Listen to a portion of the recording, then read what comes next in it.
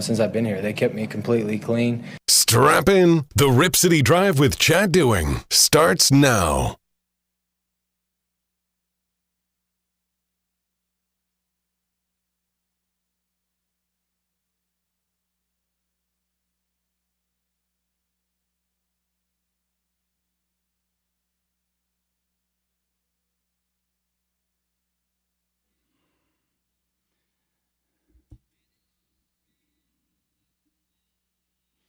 All right, I'm not going to lie. I feel pretty darn good about my sports life right now. The Denver Broncos have won 11 straight football games. Bo Nix just played the best game he's had as a pro. And now Denver, in combination with their win against Green Bay and the Patriots' collapse at home against the Bills, I can now tell you with certainty that the Broncos will have the number one seed in the AFC this year come postseason time, which means if you want to get to the Super Bowl out of the AFC, you've got to go through Denver. And the Broncos in my lifetime have been very lethal at home come postseason time. And when you've got that type of atmosphere, which is collegiate, and you've got that type of defense that is getting after the quarterback in record numbers, and they're going to challenge the all-time Bears record of 84 for all-time sacks in a season, they're a badass football team. And Bo Nix, ladies and gentlemen, has really taken that next step. I was concerned due to a long stretch in the middle part of the season with very poor play, his completion percentage, his quarterback rating, his mistakes, the inability to get the offense up and down the field with consistency. He was going through some struggles, as was the entire offense, but he has solved that issue. The last 4 games, basically a month of football, he's playing the best football of the season and coming off the best game of his career. And what you want more than anything, and you know this, college football, NFL, NBA basketball, you want to be playing your best at the end of the season as you get ready to enter the postseason. And what Bo Nix did yesterday against one of the best defenses in the NFL, one of the best teams in the NFL, that was some big-time football. And it was nice to see Bo Nix and the offense bailing out the defense just a little bit. The Packers were game. They were ready at the start of that football game to the point where I was about to lose my mind. I love big games and big moments because it provides a stress that you get from sports, which is awesome. Because the more you win, the higher the stakes. And in the NFL now, when you have a chance to get home field and play 2 games instead of 3 to get to the Super Bowl and you have a chance to be at home, the stakes have never been better.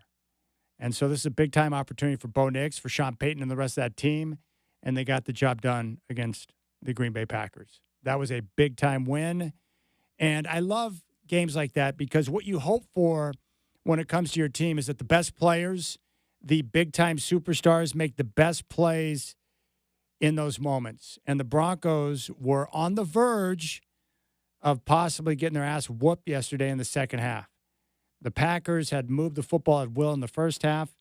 They got a field goal at the end of the first half to take a 2-point lead into halftime. They came out on that opening drive and went right back down the field and got a 40-yard touchdown run from Josh Jacobs. They're up by 9, 23-14.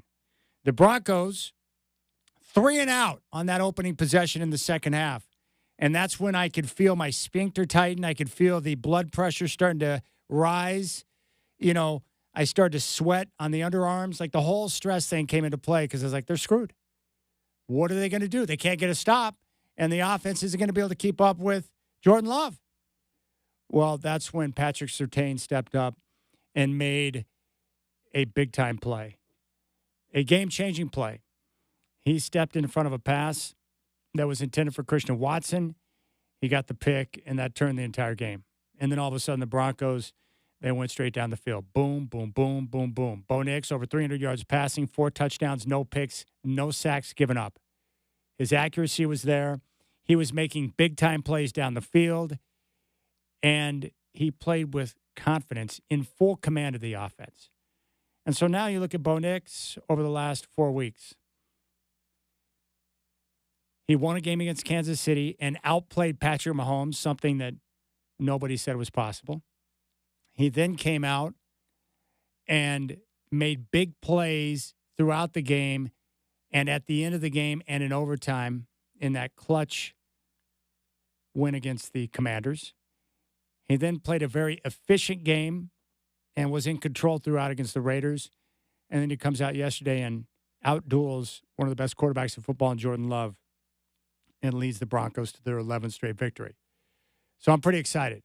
Love what the Broncos are doing right now. Big fan of Bo Nix, and I'm glad that he's finally coming out of the midseason struggles that we saw. And I love this NFL season because you look around right now, it is wide ass open.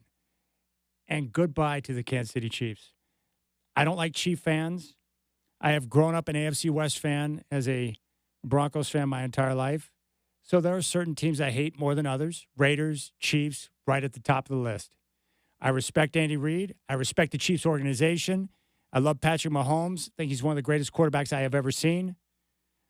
But the fact that they're now out is a reason to celebrate. For all of you out there who got tired of seeing the Chiefs because they win all the time and you got tired of them being in the Super Bowl and you got tired about everyone just showing love and heaping praise onto Patrick Mahomes, it's over for this year. You don't have to worry about it. They're not going to the postseason. They won't be a part of the playoffs. No one has to go to Arrowhead, and they won't be in the Super Bowl. It's wide open. So a lot of great stories around the NFL that don't necessarily involve, the usual suspects, except for one, and that would be Josh Allen. And I thought what the Bills did yesterday was wildly impressive. The New England Patriots playing at home.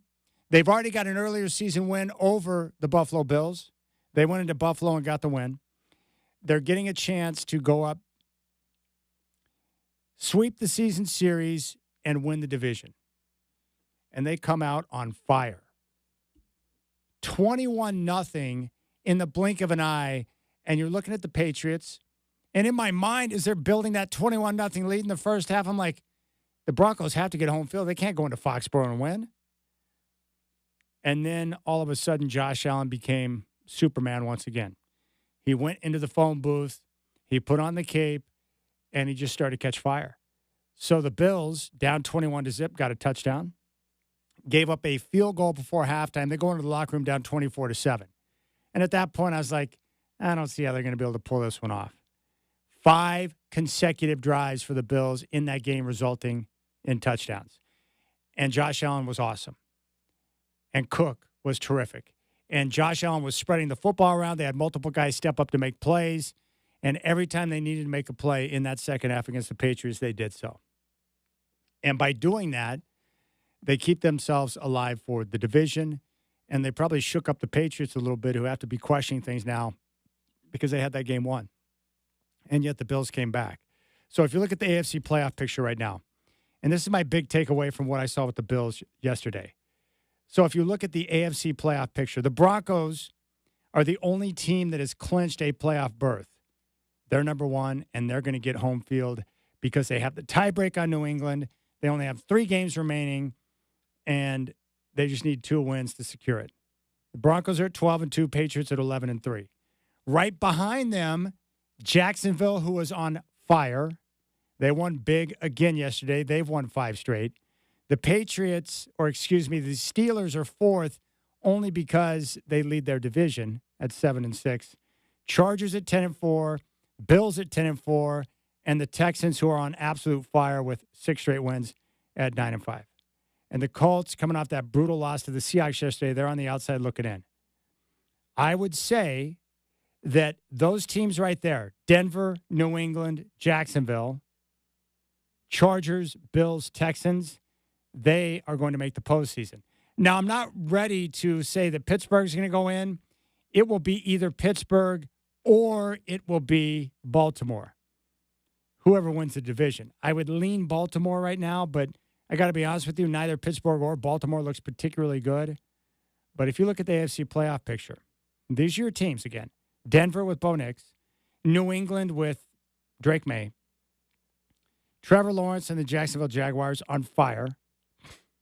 Either the Steelers or the Ravens, a shell of their former selves. You've got Justin Herbert and the Chargers, who are banged up. Josh Allen and the Bills, and C.J. Stroud and the Texans. Of all those teams who are going to be a part of the AFC playoff picture, I would say that Buffalo, as a Bronco fan, scares me the most. Why? Because they have Josh Allen. And he's the one player who can put his team on his back and get them to play above their abilities. But the weird part is Buffalo's by far, they're not even close to having the best roster. Their defense is shoddy. They don't stop the run. Their offensive line isn't playing good football, and they're still remarkably out of balance in terms of relying too much on Josh Allen.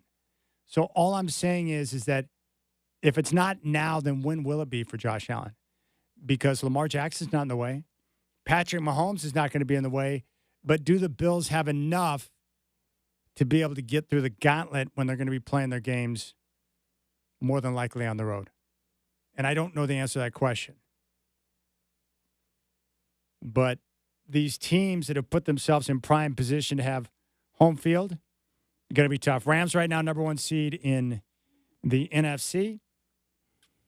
The Seahawks control their destiny, but they've got that big game coming up against the Rams. They've got to find a way to win that. The Seahawks' final stretch is going to be brutal. And if they can win out, they'll get home field, but I don't know if they can win out. Here's who they got. Rams at home on Thursday, at Carolina, at the 49ers. It's possible. That 49er game is going to be a monster. I love it, man. Football's the best. Okay, we'll come back. Brian O, Fox Sports Radio. We'll cover all things NFL. Bino going to join me, and then Chris Burkhart going to stop by and join me in studio at 5:20. You can hit me up at 503-248-0620. You can jump on the Rip City Radio text line at 88528. We'll get to Brian O coming up next on your home of the Blazers, Rip City Radio 620.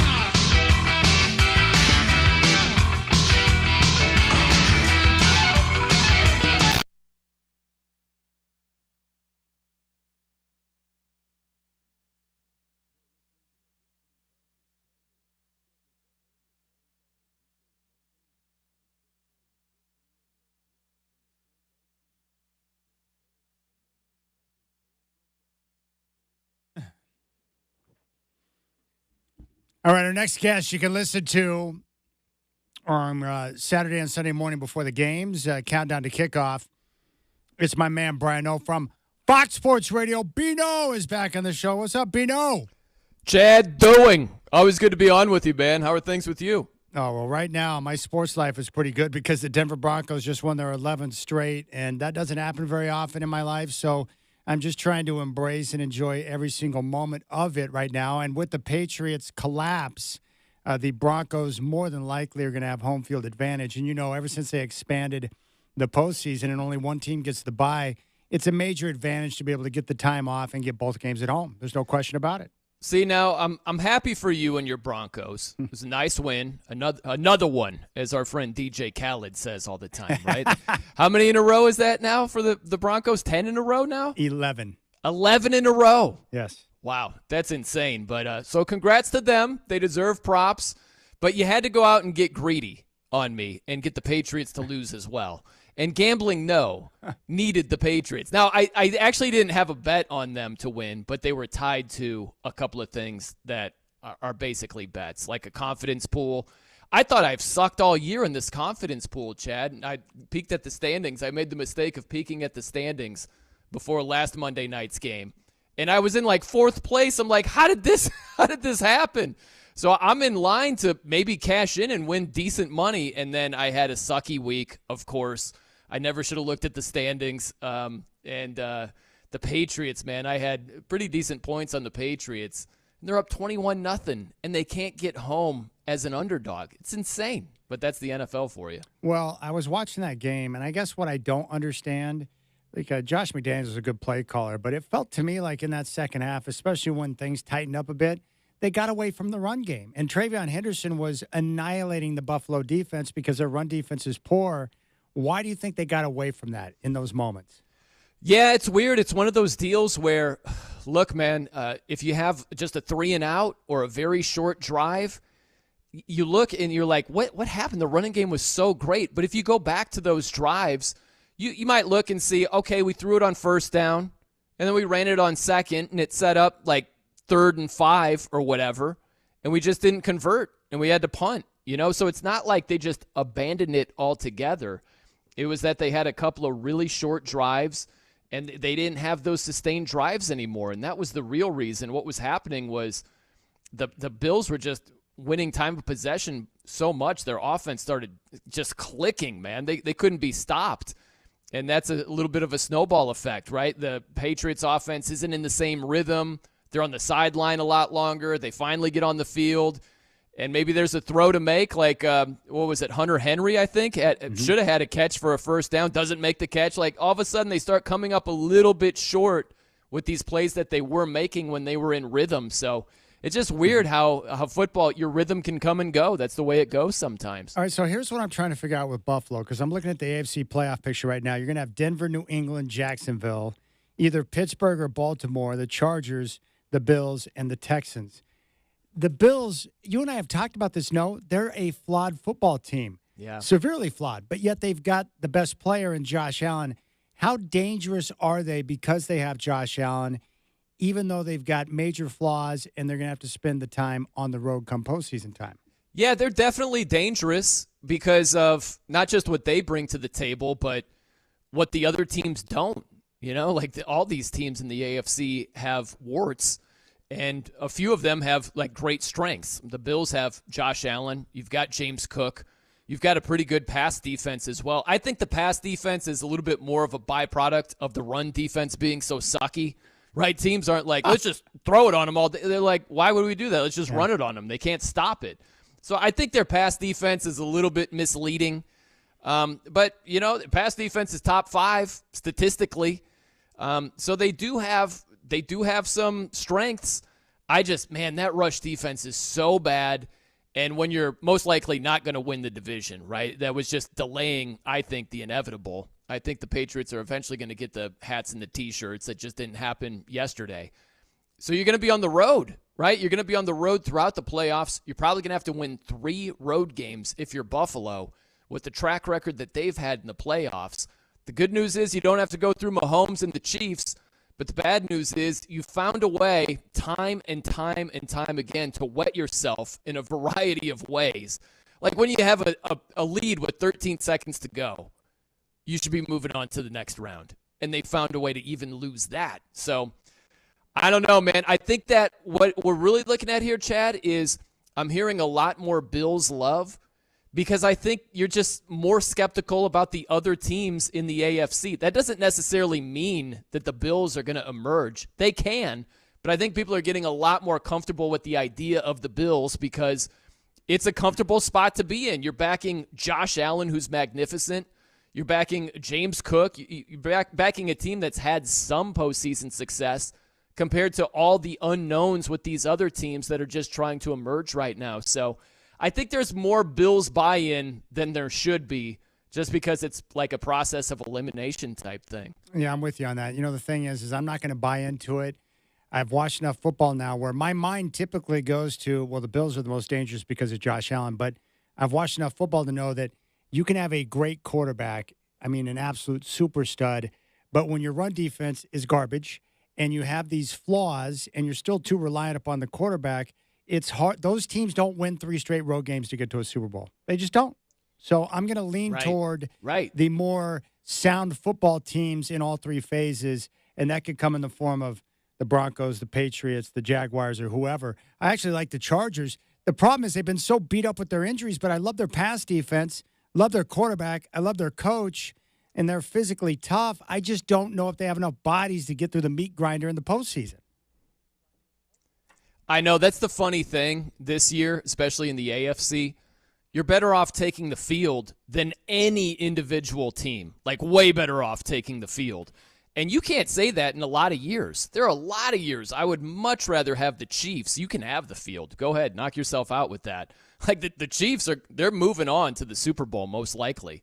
But this year, pick any team. Like, would you rather have Denver or the field? The field. Would you rather have the Patriots or the field? The field. The Bills or the field? The field. The field wins on every, in every instance right there. That's true. But the point is, someone's got to emerge, right? Someone's coming out of the AFC. We're contractually obligated for that to happen.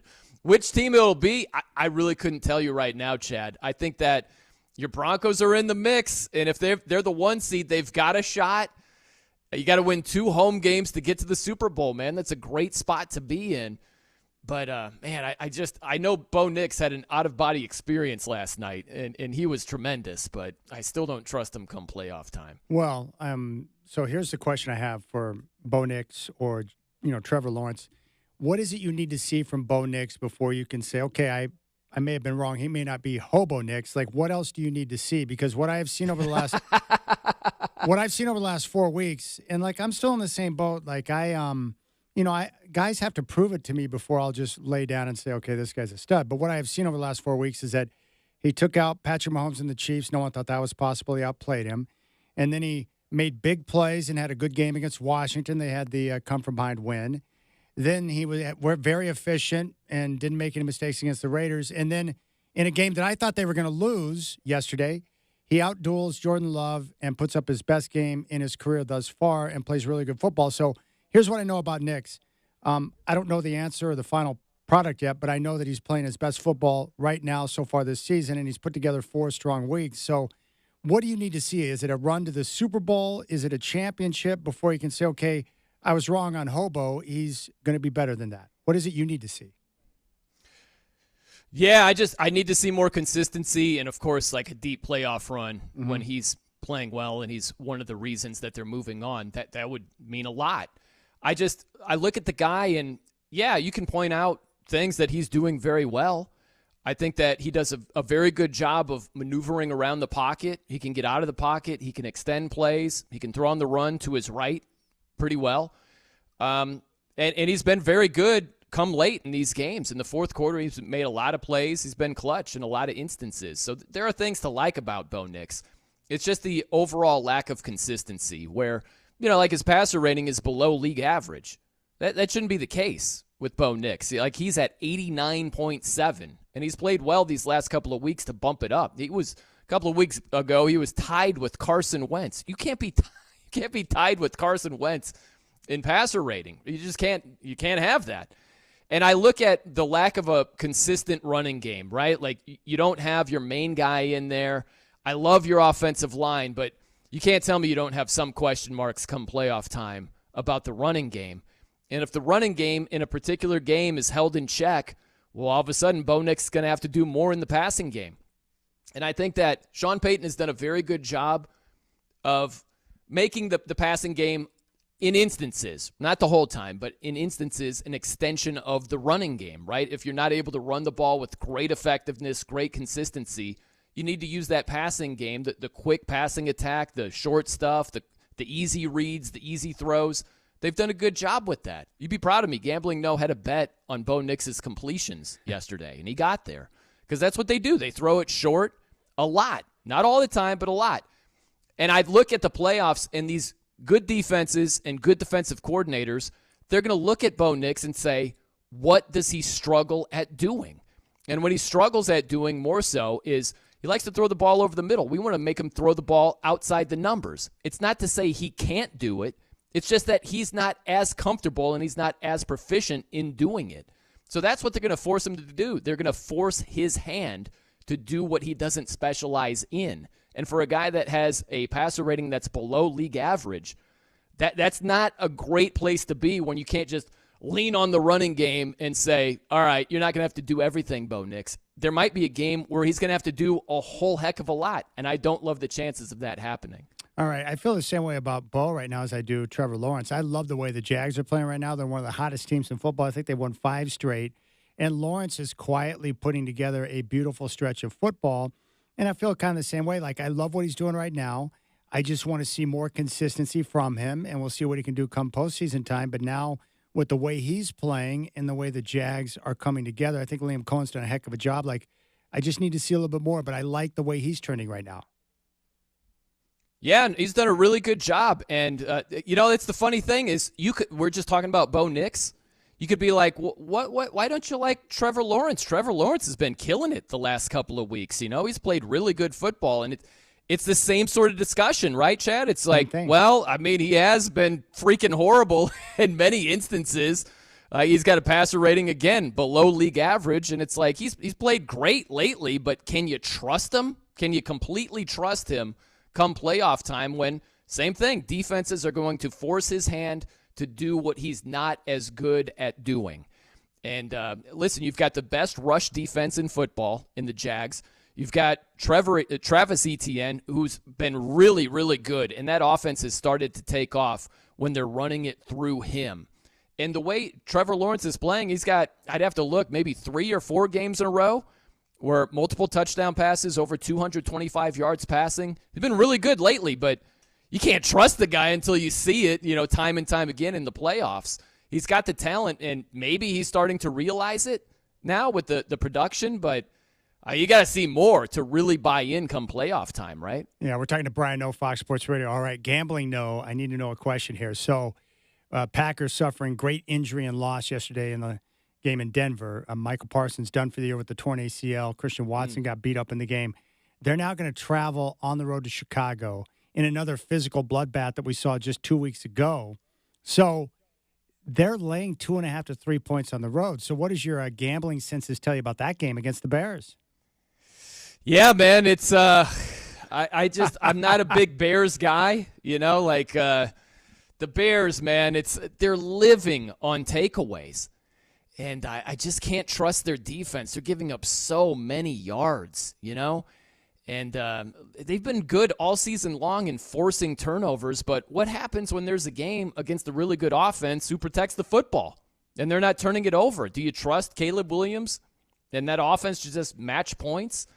I love their running game, man. The two-headed monster of DeAndre Swift, awesome. Kyle Monangai. Like, I look at the Raiders, right? The Raiders who took Ashton Genty, who would be good behind a line that could block, right? That's a prerequisite for a good running back. You have to have a line that blocks. They don't have that over there in Las Vegas. But, they take Ashton Genty with the 6th overall pick. They would have been better off getting an offensive lineman and then drafting Kyle Monangai in the 7th round. They would have been way better off doing that. But Swift and Monangai, that is a really good two-headed monster. I love Chicago's offensive line.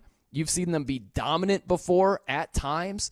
So I think the Bears and the Broncos are kind of like that Spider-Man meme where they're pointing at each other. Like there are a lot of similarities in terms of they have some strengths, they have some weaknesses, and for me personally, I just can't buy either team because I don't think that the Broncos have enough offense. I don't think the Bears have enough defense.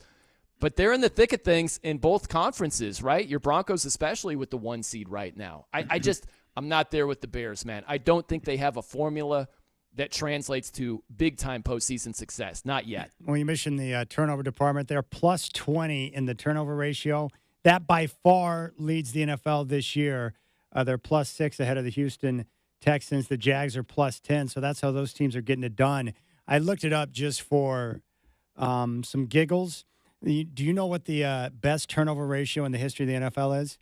Wow, I don't. I'm not sure. Like the number or the team? The team and the number. It's the 83 Washington Redskins, who were plus 43. They forced 61 turnovers that season. Is that insane or what?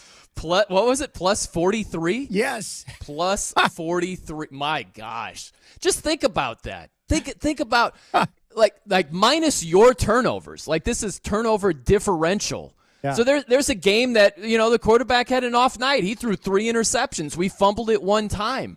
It's like you got to make that up and a lot more to end up at plus 43. That's insanity right there. That's unbelievable. My gosh. Yeah, that's pretty insane. That's unbelievable. It's Brian Noe, Fox Sports Radio, with us here on the Rip City Drive. So I've got a lot more ball I'd like to talk with you. I appreciate making time. So why don't we honor the clock the way that we do, and then I'll bring you back and we'll talk some more ball. That sounds awesome, Chad. You know us, man. We are. They say like brothers in arms. We are brothers in clock integrity is what we are. All right, Brian Noe, Fox Sports Radio. We'll come back and talk more ball with him. We appreciate your time. If you got any questions for Bino, hit us up on the Rip City Radio text line 88528. More with Bino when we come back on your home of the Blazers, Rip City Radio 620.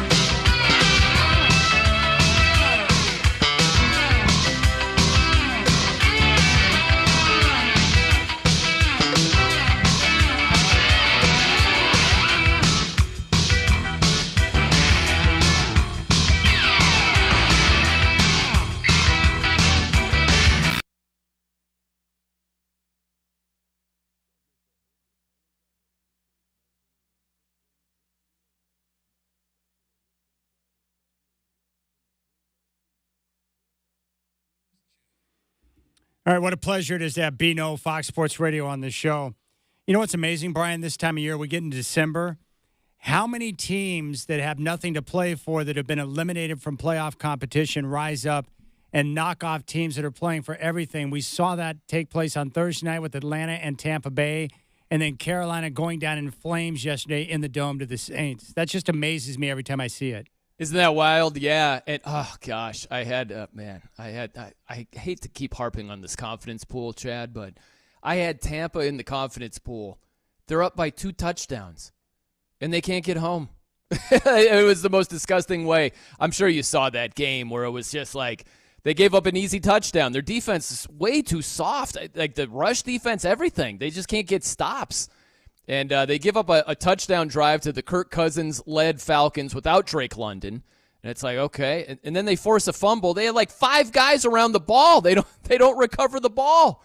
I can't believe that happened. And then Kyle Pitts with, the booty cheek down before the elbow gets down. That was unbelievable, man. It was unbelievable. And not only that, but how bad is your defense? If Kirk Cousins, he throws for almost 400 yards, he would have had well over 400 had Sills caught that pass down the sideline. Yeah.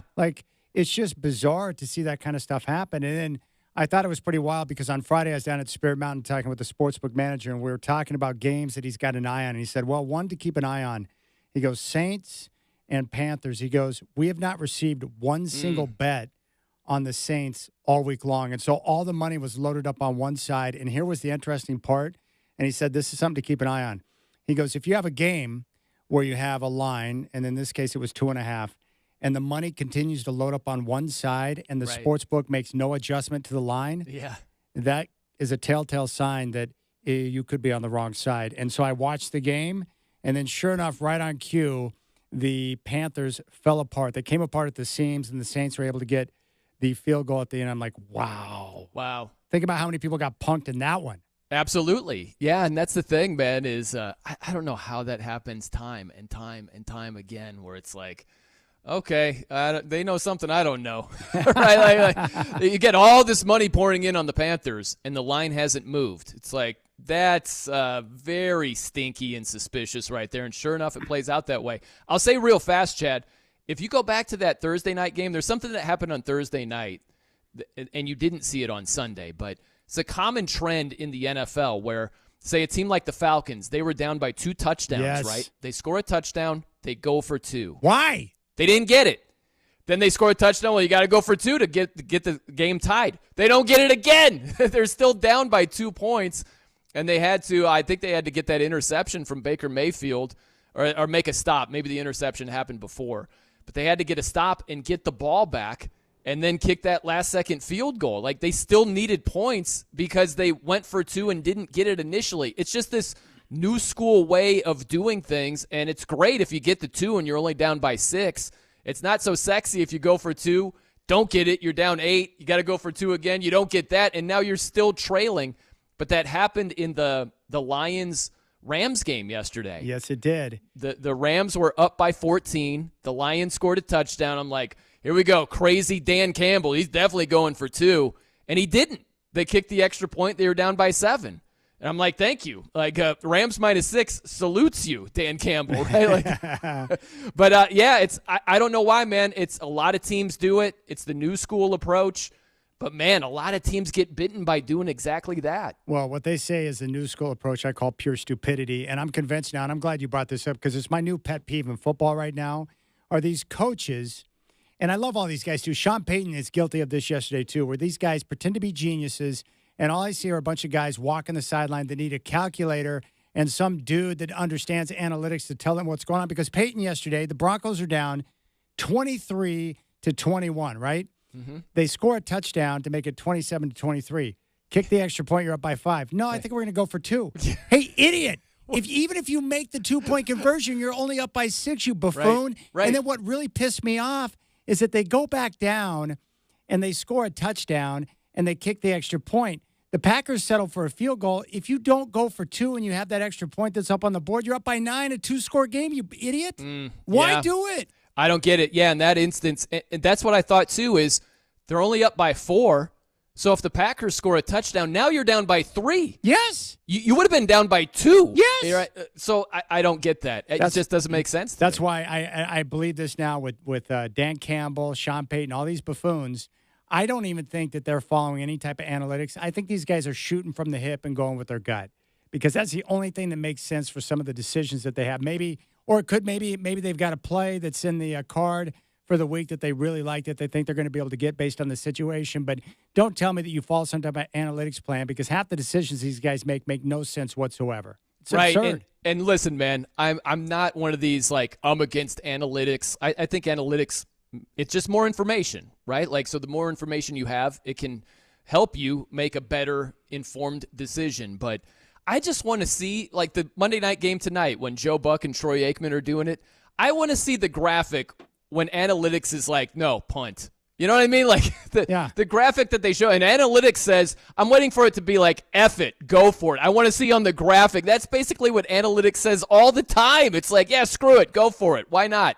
It's like it's 4th and 2 from our own 30 in the first quarter, and analytics says go for it? Like, wow, sometimes it's just overly aggressive, man, and comes back to bite you. Yeah, it's the good thing about Troy Aikman is that he cracks on the whole analytics thing throughout the entire broadcast, which it just makes me laugh. I giggle at it all the time.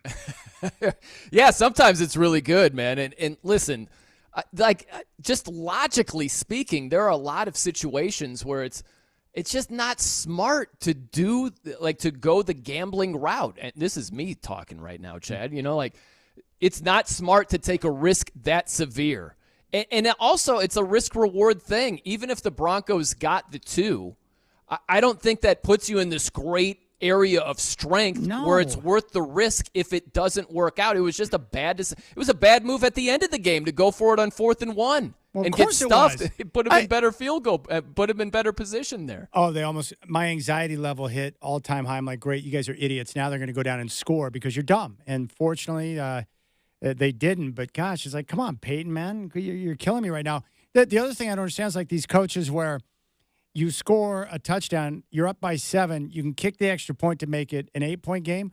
Why not go for 2 in that spot? I'm with you. And make it a 2-score game. Absolutely. I think that's the next new school thing to happen. And I'm glad I think the same way. Yes, because you could take full control of a game. If you're in the 4th quarter and you go for 2. Right. And you make it a 2-score game because more than likely the team that's trailing is not going to go for 2 to try and get the win. They're going to kick the extra point and tie. That's right. And that, to me, that's the risk-reward thing where taking the risk does make sense. Yes. Because it's like, okay, what do we have to gain? Like you just said, we go up by 9. We're up by 2 possessions. And if it's late enough, you're dead. You're done.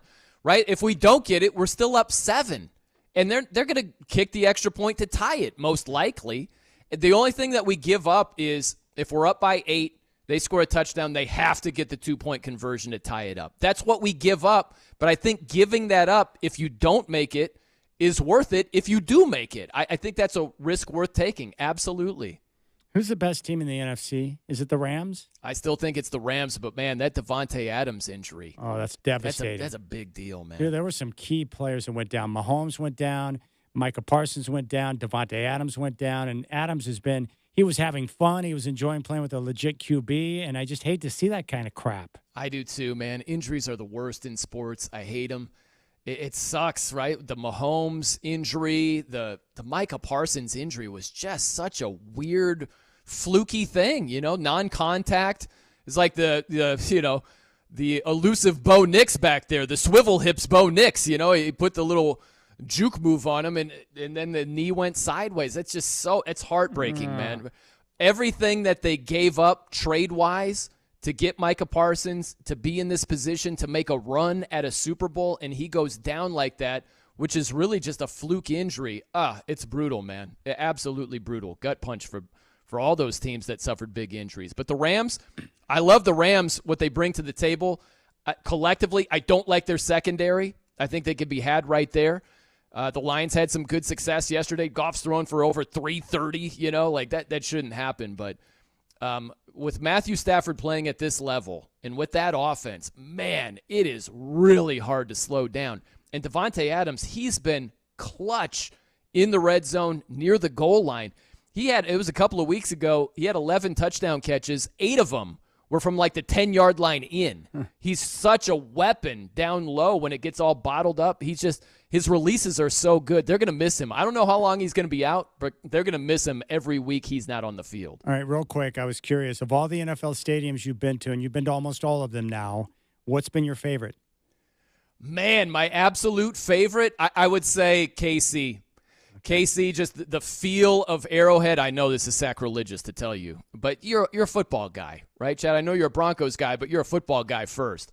The vibe in KC, it does feel more like college, like the barbecue and this in the parking lot. It's a great, great atmosphere in KC. I like that one. Off the top of my head, I would put that number one, without giving it even more thought. You know what I'm saying? Cool. It's cool that you said that, because when I worked with Lo Neal, I asked him, I said, what was the best atmosphere? He goes, oh, no question, Chad. It was Kansas City. He said when the crowd goes, Chiefs, Chiefs, Chiefs, he goes, you can feel it vibrating your body. He said it's unbelievable. I will tell you, the one thing that's the most annoying is the Rams. Go to a Rams game, and they have this thing where the guy's like, whose house? And they're like, Rams house. Whose house? Rams. All game. It's like, I know whose house it is. Just shut up. Please stop doing this. Oh, it's so good. All right, Bino. Hey, enjoy the rest of your day, brother. I appreciate your time.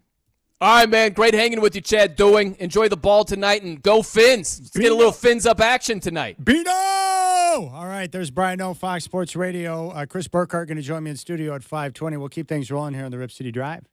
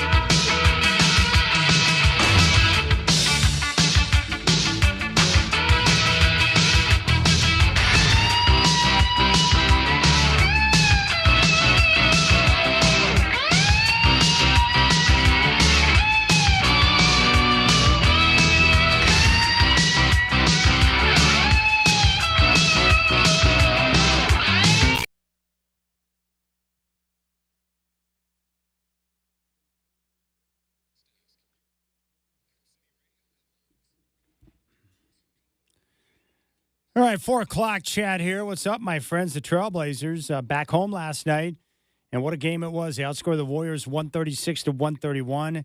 Excellent game. Blazers had 30 assists on 45 made field goals. Sharp and Grant combined for 70. Avdia with a great all-around game, 26 points, 7 boards, 8 assists. Portland now 3-0 on the season against Golden State. Curry with 48 in the loss. He hit 12 threes. Blazers get 3 days out. They'll host the Kings Thursday night at Moda Center. Tip-off will be at 7. Chris Burkhart will have Blazers Game Day live from Moda Center at 5. Trailblazer Ticket Tuesday tomorrow. Your chance to win tickets to an upcoming Blazer game at 5. Just listen to me for your chance to win. And bad news from the NFL. Michael Parsons has a torn ACL. His season is over. The Packers will be in Chicago on Sunday. Same result for Patrick Mahomes. Torn ACL. His season is over, and the Chiefs have been eliminated from postseason play.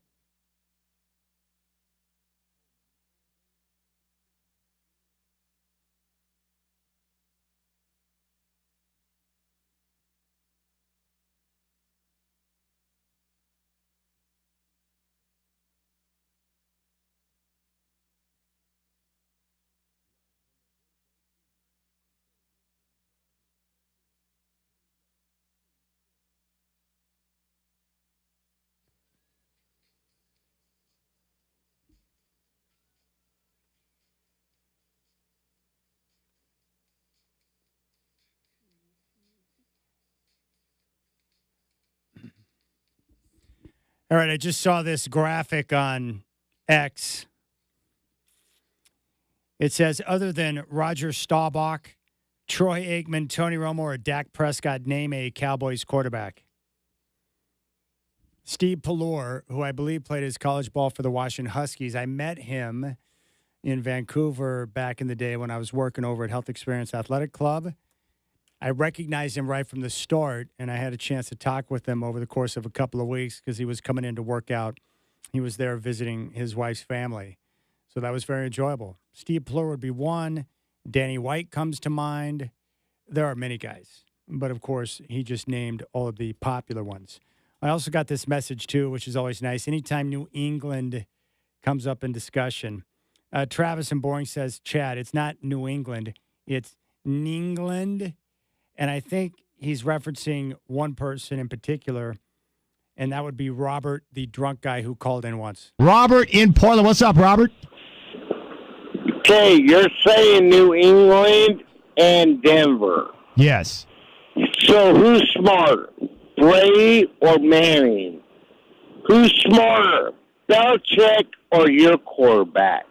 I'm going to say that Peyton Manning's smarter than New Belichick. New England. What is your point? I'm sorry. New England. We beat Manning so many times. We beat. Hey, what happened the last time that Manning faced Brady in the playoffs? What happened the last time Brady faced Manning in the playoffs? Sorry. We're going to Super Bowl. Bye. Bye, Robert. So many things about that call were terrific. One, he did say, instead of New England, New England. And that happens. We've all been drunk before, and, you slur words from time to time. He did not pronounce it quarterback, but he said quarterback. And then, of course, not Super Bowl, but Soup Bowl.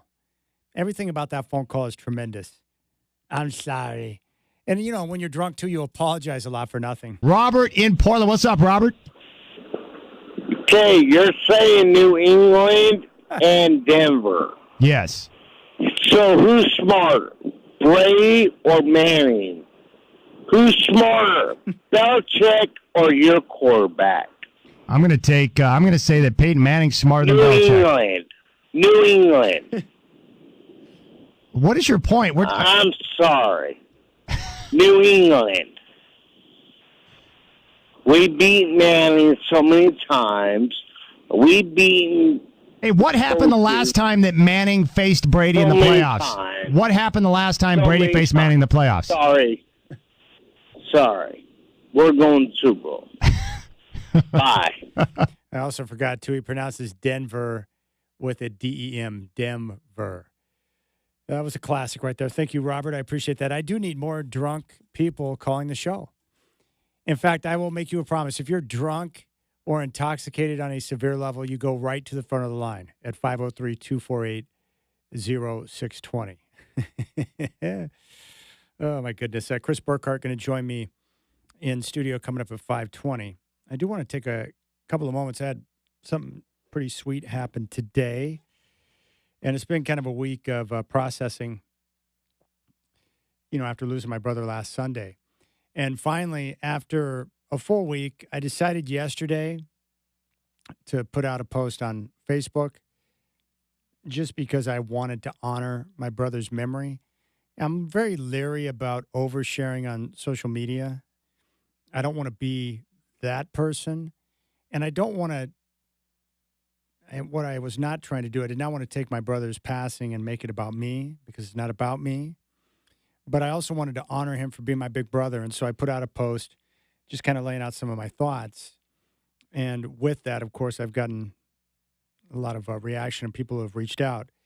And I just want to give a big shout out to Dan Meringue. Of course, works for 1080 The Fan, and he and I have, been around each other for a long time, working in the media business and covering basketball. But he reached out to me and said, "Hey, man, just saw the news about your brother. I'm sorry for your loss, and I'm praying for you. Anything you need." I mean, he didn't have to send that message, but he's experienced loss and has gone through the same thing. So I really appreciate him, reaching out to express that. Now, I got a phone call today when I was here in studio getting ready for the show a couple hours ago. And the gentleman who called me, his name is David Ramsey. And David Ramsey and I have a long history together. And maybe some of you can relate to this. A childhood friend, someone who was a major part of your life, but with time, with life change, with moves, you are no longer best friends or don't get a chance to be around that person the way that you used to. And that would be the case for David and I. Now, when I grew up in Oklahoma, my brother and I, my mom and dad, we lived in this cul-de-sac in the neighborhood in Salt Creek, which is right next to Keystone Lake. It was a great place to grow up because I'm sure like a lot of you experienced in that time in the early 80s, it was a different time. You could go outside. You could be gone from the house all day long as a kid. Your mom wasn't worried. We weren't worried about pedophiles or other freaks, rolling around. There was stranger danger, and our parents taught us about that, but we weren't horrified of, being away from home or scared, and our parents weren't, worried or being helicopter parents. We just went out and played. We went in the woods and climbed trees and did all sorts of crazy stuff.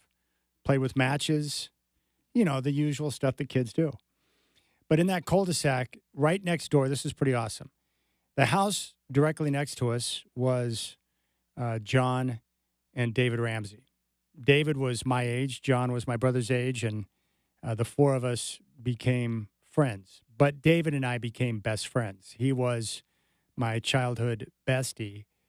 And he and I did everything together. We rode bikes together. We went into the woods together. We got into trouble together. We climbed trees together. You name it, we did it. We would discover these old oil drums and drop stuff into them so we could hear them ploop into the oil. We were always trying to get into mischief, and we did. One time, his mom, during that time, Sandra, and she was an awesome mom, and she's still alive to this day. We stole some of her cigarettes, and we decided to try out smoking for the first time. And we were young, like 6, 7 years old. The funny part is we decided to sneak into their camper to light up the smokes and experiment. Well, when you're young, you don't recognize that the smoke has nowhere to escape when you're inside of a camper. And so the smoke started, creeping out, and it didn't take long for the parents to figure out what was going on. So we got busted that day together. But he and I were close. In fact, I think it was from the Lone Ranger, I want to say. We were best friends, and we decided to become blood brothers. So we did. We slit our hands, and then we did a high five and a handshake together to become blood brothers. And we did that. And then we moved to Colorado. And it was devastating for me because Oklahoma was the only place I knew. And David and I were the best of friends. And so it was really hard to move away. But after a year of being in the Denver area, we got the call from the Ramseys that they were moving out to Colorado. Now, the cool part is that next to John and David's house was the Holloways. They had Dustin and Dayton, who were also great friends. But their dad, Dick, was my dad's bestie, my dad's best friend. They're still best friends to this day. So we all, three of us, there were 3 houses in the cul-de-sac, 1, 2, 3. We all lived next to each other. And then the Holloways, my dad's best friend, also moved to Colorado. So we went from Oklahoma being next to each other to Colorado, and eventually all 3 families were there together again. And so David and I were able to resume being best friends, which was great. And we eventually ended up moving out to the Northwest, and David and his family moved to Georgia. And so that was that. You know, we maintained some contact over the years, but the last time I saw him in person was back in 2006. So we were best of friends as youngsters, but then with time and distance, you know, we did our own thing. He had his stuff going, I had mine. Well, the cool part was when I went back to visit my brother before he passed, you know, my mom and dad had told me right before I got there that David and his mom had come by to visit Chris. And I thought that was pretty awesome because when my brother, you know, moved to that area of the country, he and David were able to connect and had a relationship and spent some time together, which was really cool. And so David called me today, and we were able to reminisce and talk about the good old times. And the cool thing is that he still feels the same way today about me that I do about him. And we were talking about all the things that we used to do and what it was like growing up in the country and having that type of freedom and the relationships and how our families were so close. And he said it was great to see my mom and dad. And man, I'll tell you what, that was a phone call that I didn't know I needed, but I needed. And it was just great to catch up with him. And the cool part is that so much life has happened over the last, 30 plus years since he and I were, around each other all the time. But it was just like we picked up right where we left off. And I think that's pretty sweet, isn't it? Where you can have those type of relationships where you can pick up right where you left off. And the same thing happened when I moved out here into the Northwest, through middle school and high school. My best friend, Jeff, he and I were inseparable. We would play hoop together. We would spend time together. We got into trouble together, but we spent all of our time together. And we're still good friends to this day. I don't see him all the time. I'm also good friends with his wife. She's awesome. But that connection that he and I share is one that will last forever. I just think that's neat. But it was really cool to catch up with David. And he said it was really nice to see my brother, and he enjoyed that time and appreciated him a great deal. So it was awesome. I just love that you can not talk to someone for an extended period of time and then, boom, you pick up right where you left off and that connection's still there. But the love that I have for those people, sometimes people are in your life for a period and then they move on. But it doesn't lessen the importance or impact that those people have in your life. And I think that's pretty cool. And I think most of us can, relate to those type of experiences or relationships. And I can think of many people who were in my life for a period of time, and now they're not. But for the time they were in my life, they were critical. All right, we'll keep things rolling. I got some thoughts on the Trailblazers coming off of last night's game. That was a lot of fun. Very entertaining basketball game to watch. And some great offensive performances for the Trailblazers, who get 3 more days off, and it's much needed. And it sure sounds like reinforcements are on the way, which is good. All right, Chris Burkhardt going to stop by at 5:20. I appreciate your time. Hope you're enjoying your Monday. You got the Rip City Drive on your home of the Blazers, Rip City Radio 620.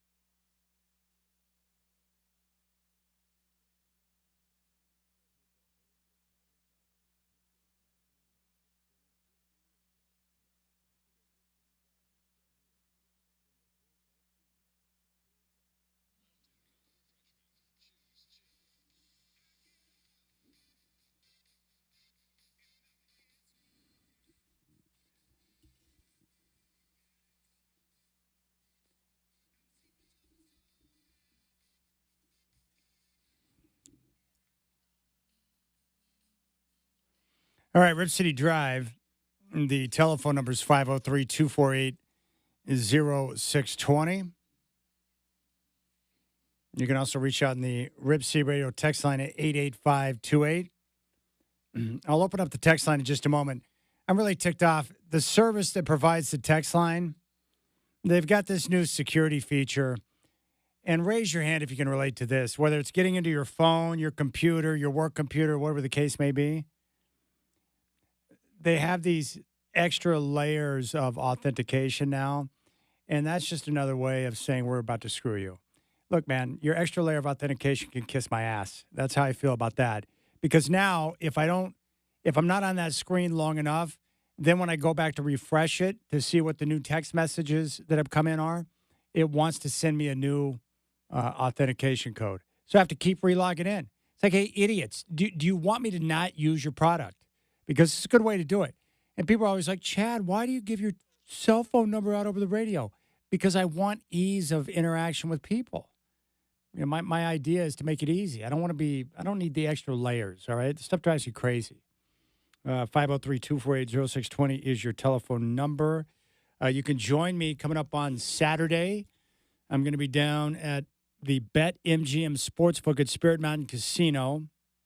18 screens and a big screen that's like 165 inches, cushy chairs, drink specials. Everything you want is in one place. And I'm going to check out all of the college football playoff games along with the Oregon Ducks and James Madison. I'll be down there broadcasting live from noon to 3. Justin Ballinger, the sportsbook manager, will join me again to give us some insight on the games, and that's coming up on Saturday. I'm really looking forward to it. And between Friday night with Oklahoma, Bama, into Saturday with the college football playoff games, I can't wait. All right, let's go out to Sherwood. Don in Sherwood is out there bumping around. Don, welcome to the Rip City Drive. What's on your mind? Chad, you're my buddy. Well, I appreciate that. You're my buddy. You're my man, Don. I was hurt. I was really hurt when the Kansas City Chiefs lost. You know why? Why is that? It was iconic for the last few years, ever since he's been in the league.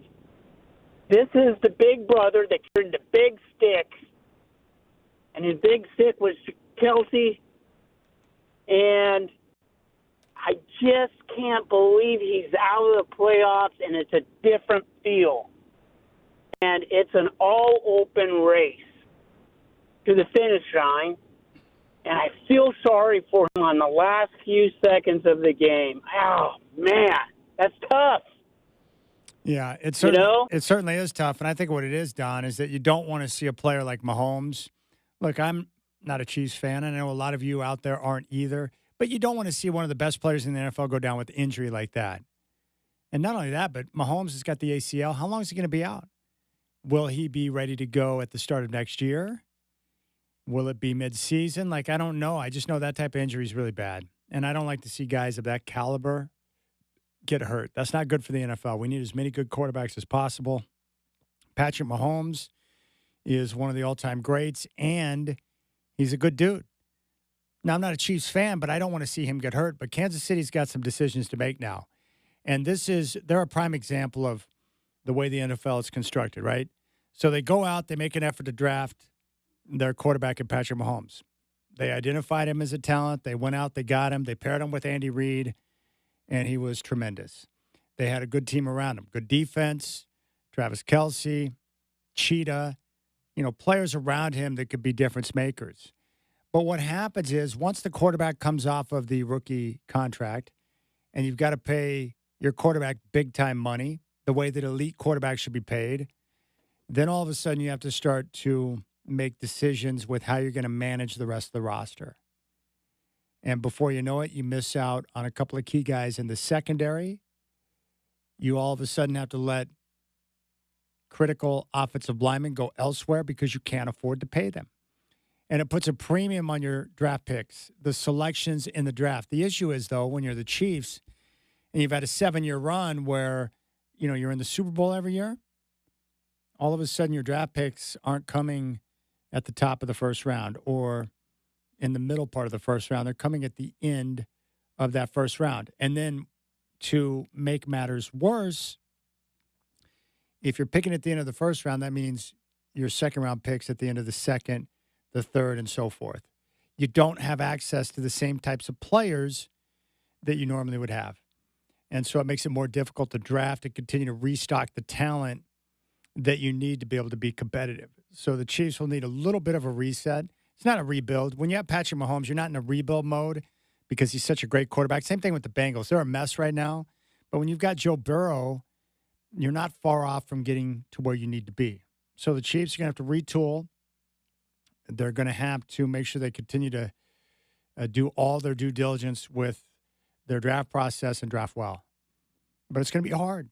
And it's not just the Chiefs. Every team that wins a championship and then your quarterback comes off that rookie deal, it becomes very difficult to remain competitive based on the money that you're paying your quarterback. The Bills are going through a very similar stretch right now. Josh Allen is freaking amazing, and he's worth every single penny that you're paying him. But the problem is, once he starts making that type of scratch, how do you continue to build a roster that can compete with the best? Because if you look at some of these teams right now in the NFL, the best of the best, they're the ones who have drafted well and have got young talent. Young talent that's in a position to do good things. The Bears. Roster looks pretty good. They've been beat up with injury, but they've got a quarterback on a rookie scale contract right now. You know, the Chargers. Now that they're paying their quarterback, will they be able to put the roster around Justin Herbert? We shall see. Commanders are in this short window with Jaden Daniels. So we'll see how things shake out, but that's really what it comes down to. And the Chiefs right now need a little bit of a reset, and then they'll be able to move on from there. So, but I agree with this assessment. The AFC would appear to be wide open. And I think the reason why we think it's wide open is because we don't know what to expect from Bo Nix or from Drake May or some of these other Trevor Lawrence, C.J. Stroud, the younger quarterbacks, the unproven guys, what they're going to do come postseason time. But I do feel good about the Broncos right now because of their defense and the fact they're going to be playing at home. And they're going to be rested. And when you can play defense, like the Texans right now, that's a scary team because their defense is so dominant. They're going to be in every single game they play because you can't move the football at will on them. And big plays are hard to come by. But I do love the competitiveness. And I think the NFC is the same way. The Rams are probably the best team in the NFC, but the Hawks and 49ers are right there. The Packers, I would have put in that category before the events of yesterday, but now with the loss of Micah Parsons, they're beat up. And the Philadelphia Eagles are they beat the Raiders yesterday, but there's something wrong. Their offense has been a miss all season. So it's hard to get a read on the Philadelphia Eagles, but I love their roster. So I would lean Rams as being the best team in the NFC right now. But the Hawks have been impressive, as have the 49ers, who are 10-4 with, the worst list of injuries throughout the course of the season. All right, 503-248-0620. Well, the Trailblazers got a win last night, 136-131 over the Warriors. It was a wildly entertaining basketball game because of the style of play. The Blazers, much needed rest and being at home after that 5-game stretch. 4-game road trip. They come back home to Portland. They get like a couple of days, and they got to fly to New Orleans to take on the Pelicans, and they were shorthanded. So few guys available, but they come back home, get a chance to get some rest. They take on the Warriors, and they got Robert Williams III and Donovan Clingan back in the mix. And it sounds like Drew Holiday's close to making his return, as is Matisse Thybulle, and I don't think Scoot Henderson is too far away. So the advantage now is with the guys that they have who are going to be coming back, this team's going to be playing better basketball. Last night, I just continue to marvel at the play of Jeremy Grant. He was dominant, 35 points. His fourth quarter, 19 points in the fourth, 6 of 9 from the field. He connected on 7 of 13 from downtown in the game. Jeremy Grant, this is his best season in a Trailblazer uniform, but the way he's been able to change his game, he's either attacking the paint or he's shooting the three. No mid-range, and been ultra aggressive. And he was big time last night. His shot making in the fourth quarter kept them in a position to win the game as they were surviving flurries of threes from Steph Curry. By the way, Steph last night, 12 threes.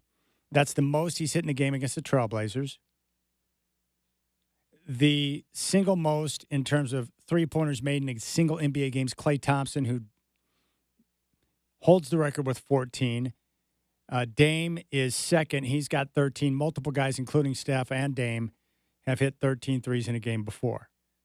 But that tells you everything you knew about Steph. 48 points last night, but the Blazers able to withstand the flurry of threes from Curry and put themselves in a position to win. And what I love about that second half, the third quarter was all about Shaedon Sharpe. He had 16 in the third. He had 31 through 3. And then Jeremy Grant picked up the slack in the fourth with 19 points. In that fourth quarter, the execution by the Blazers, just to give you an example, they connected on 13 of 20 from the field. They were on fire. But it was their constant, relentless attack. They were going at the rim. They were getting in the teeth of the defense, and they were making plays out of it, which was terrific. So I continue to be impressed with the way they're competing this year. I like the way that they've been moving the basketball. And the good thing is once they get the rest of their guys back in the lineup, they'll be able to move more back to what we saw at the beginning of the year with their pace and their style of play. But they've been exhausted and fatigued with the basketball, and it's been hard to play at the pace they want with so few bodies available. But last night was a good win and a much-needed win for them. So the Blazers sit at 10-16. They're a quarter of the way into the season. 26 games are under their belt. But like I mentioned before, Scoot Henderson, Matisse Thybulle, Drew Holiday, all close to making a return to the lineup.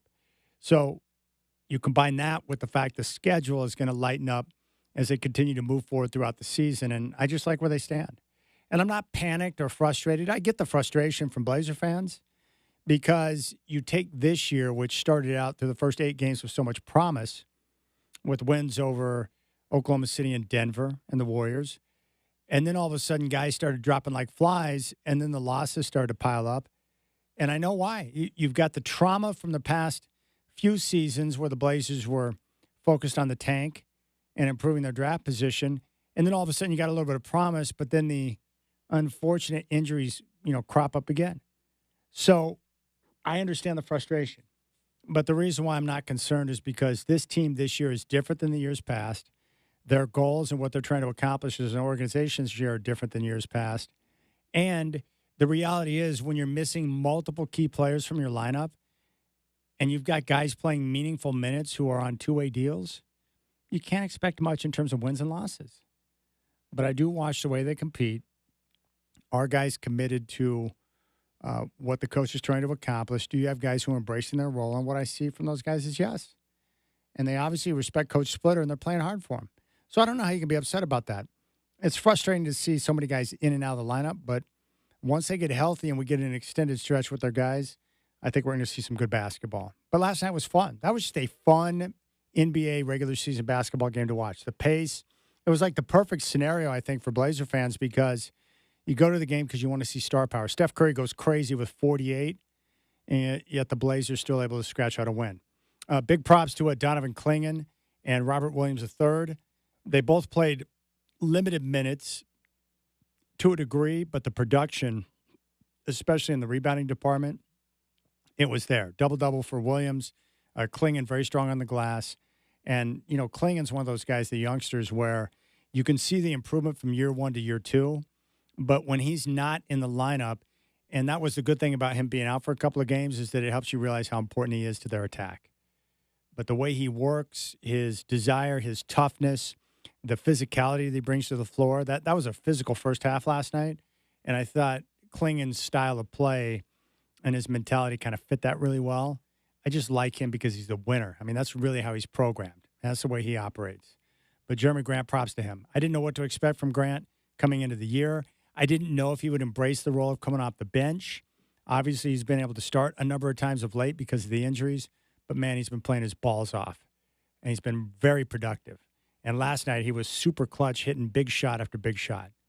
It's just been cool. He's completely changed his game, his style of play, to adapt to the way the Blazers want to attack. And his attitude and the way he's approached it this year has been awesome. So big props to Jeremy Grant. Shaedon Sharpe was awesome. I felt like last night was the best. He looked like the normal Shaedon Sharpe coming off the time miss from the calf soreness.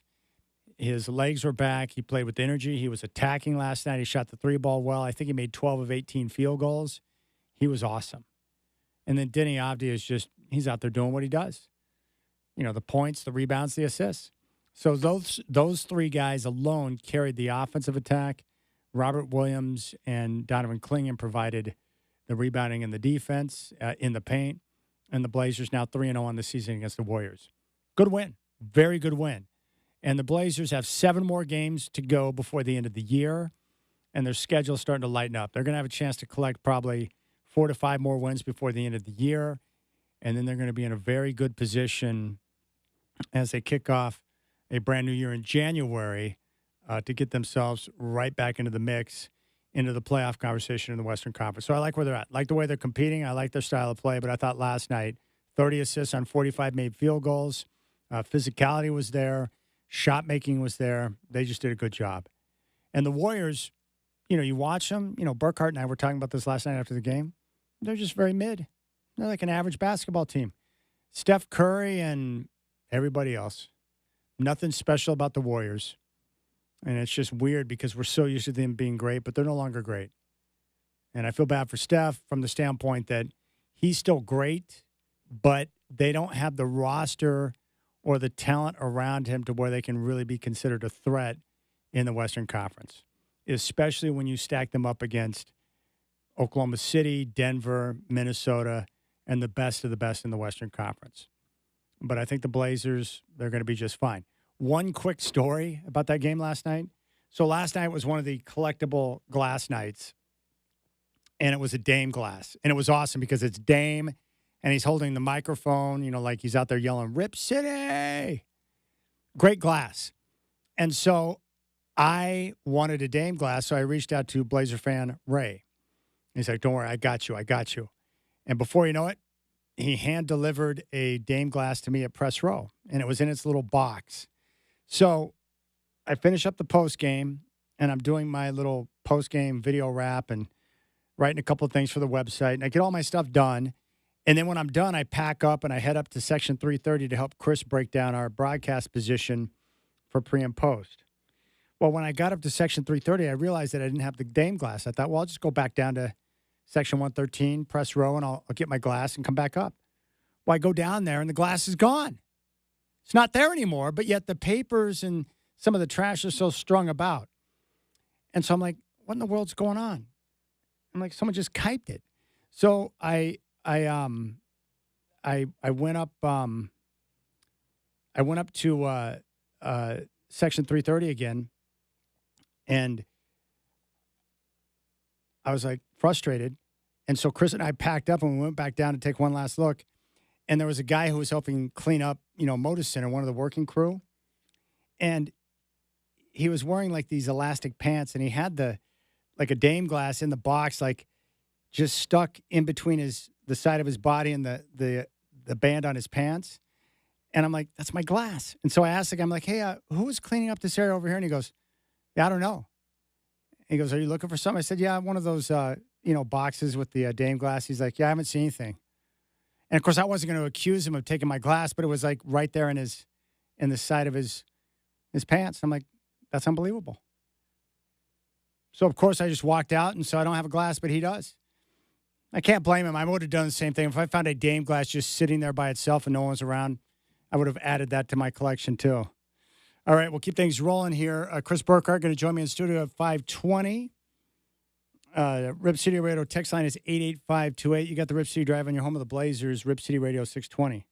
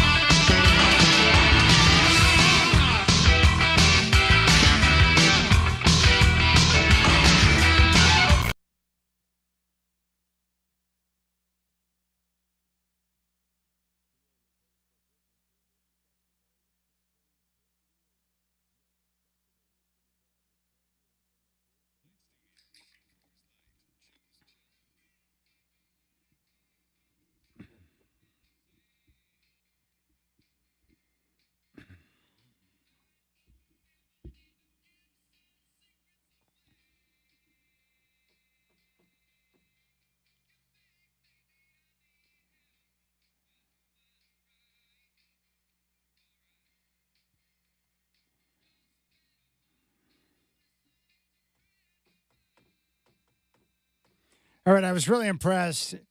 The Chicago Bears, they dominated the Browns yesterday, had nearly 150 yards rushing. Their run game has been terrific, and Caleb Williams continues to impress. He had 242 yards, 2 touchdowns passing. I think for the Bears, I was a little concerned, taking on a defensive team like Cleveland, who's physical, coming off that game against the Packers, where divisional game, those two teams were hitting hard. We saw the helmets breaking, paint flying off, and yet the Bears are able to bounce back and win convincingly. That tells me a lot.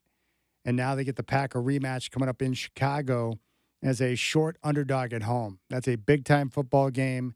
It's going to be critical for Chicago, and I'm anxious to see how they respond. But Bears now 10-4, and clearly Ben Johnson has been the right hire. I mean, he has gotten that team to play really good football. The turnover margin, plus 20. That's 6 turnovers ahead. The next nearest team, the Houston Texans. So the Bears are playing opportunistic football, and, Ben Johnson's done a heck of a job. But most importantly, they found a run game to provide balance in that offense to take pressure off of Caleb Williams. The Ravens shut out the Bengals 24-zip. I would give the Ravens a slight edge in that race in the AFC North, and I would expect them to win the division. But the problem is Lamar Jackson, the more I watch of him, and I don't think you have to be a genius to figure this out, the issue is that over the last several weeks, he's been anything but the normal Lamar Jackson. He's like probably 40 to 50% of what he normally is. And he's not able to move and run. He's not explosive, not dynamic, and that really puts that offense in a difficult spot. And it's weird because they shut out the Bengals yesterday and just hammered them 24-zip. But every time I looked up, the Bengals were having success moving the football, but they just couldn't capitalize. So props to the Ravens, finding a way to bounce back after a rough stretch earlier in the season at 7-7. They're right there neck and neck with Pittsburgh in the AFC North. And for the Bengals, I mean, they are the franchise that has been most of my life, a disaster. And for Joe Burrow, look, I understand being a Bengal is tough, but you might not want to process out loud in season. You might want to wait until after the year to, be able to process and discuss the matters at hand. But if I'm a Bengal fan, I feel miserable right now because my quarterback's unhappy, my franchise is a disaster, and the ownership group is never willing to spend the big dollars. They're going to look to cut corners. They're a coupon shopping family, and you got to be aware of that. But Burrow, very frustrated. 2 picks in the loss yesterday to the Ravens. Big props to the Chargers. I thought going into Kansas City, coming off that overtime game and that physical football game against the Eagles was going to be a tough one, and they got the win. They scratched out a victory on the road. Their defense came up big late. Patrick Mahomes exited the game late with the knee injury, but the Chargers had that game won. And I just think the Chargers, look, they're battling through significant injury. Even Justin Herbert is beat up right now. But the one thing I respect about the Chargers, their pass defense is terrific, but, man, that is a tough-minded football team. They are exactly the type of team that Jim Harbaugh wants them to be. Yeah, we might be beat up. We may have serious injury, but we're going to be tough as nails, and they are. That team is becoming like their coach, tough. And I respect the heck out of Justin Herbert. That guy's tough. But that was a gritty road win for the Chargers coming off that overtime game on a short week against the Eagles that we saw last Monday. For the Buffalo Bills, sensational comeback. Down 21-zip on the road in New England, and it looked like they were dead. All of a sudden, 5 consecutive touchdown drives, and Josh Allen had a monster day in that comeback, and he had balance. He had help. Cook was running the football. The defense was able to come up big in the second half. Multiple receivers stepped up to make plays, but that was about as gritty and, just a tough win after being down so big early. But there was enough time left, and Josh Allen was able to, get that offense in high gear. And you could see it, the young Patriots, as well as they played, and they've been great this year, when the pressure was cranked up a bit, they kind of tightened up. And we saw that with the young quarterback. And it's unfortunate, but they got away from Travion Henderson in the run game, which they had great success with. Henderson has been quite the find. He's got the power, but he's also got breakaway speed. He is a danger.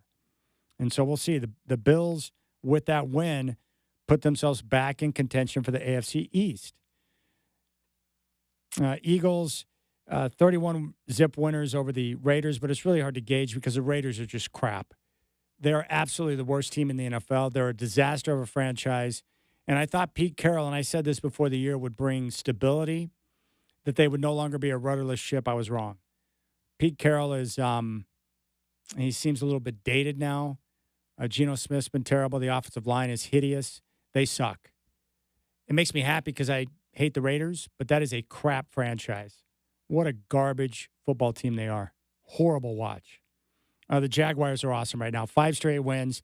They put up major points, 48-20 winners over the Jets, and Trevor Lawrence is playing great football.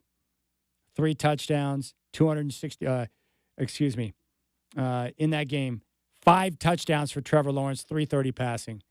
He's coming into his own, and the Jags look great. And Liam Cohen's been awesome. I mean, that team looks good right now at 10-4. They look legit. And they're going to be at Denver next weekend for a matchup with the Broncos. The Texans hammered the Cardinals 40-20.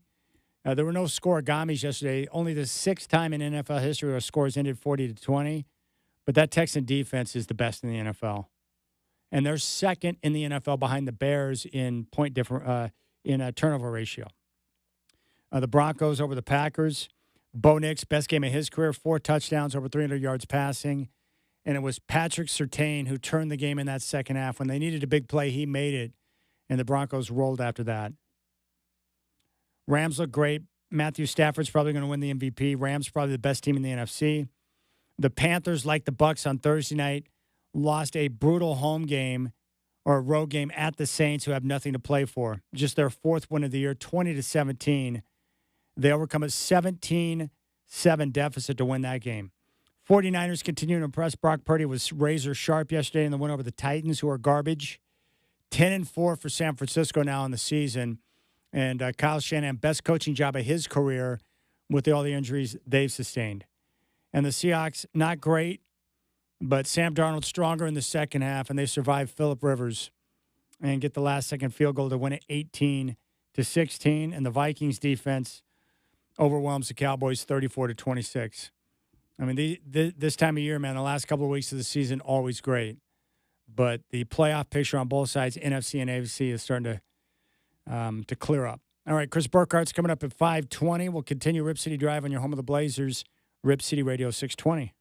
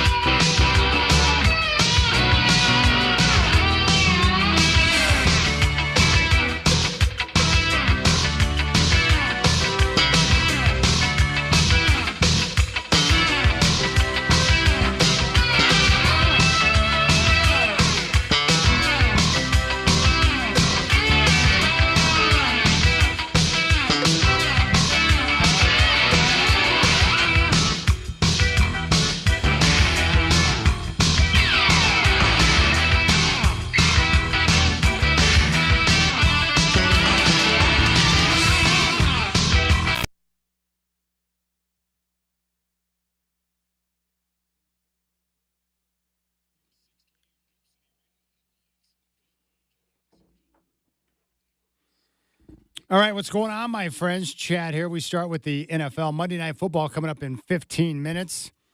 The Dolphins are in Pittsburgh to meet the Steelers. And right now, Pittsburgh is favored by 3.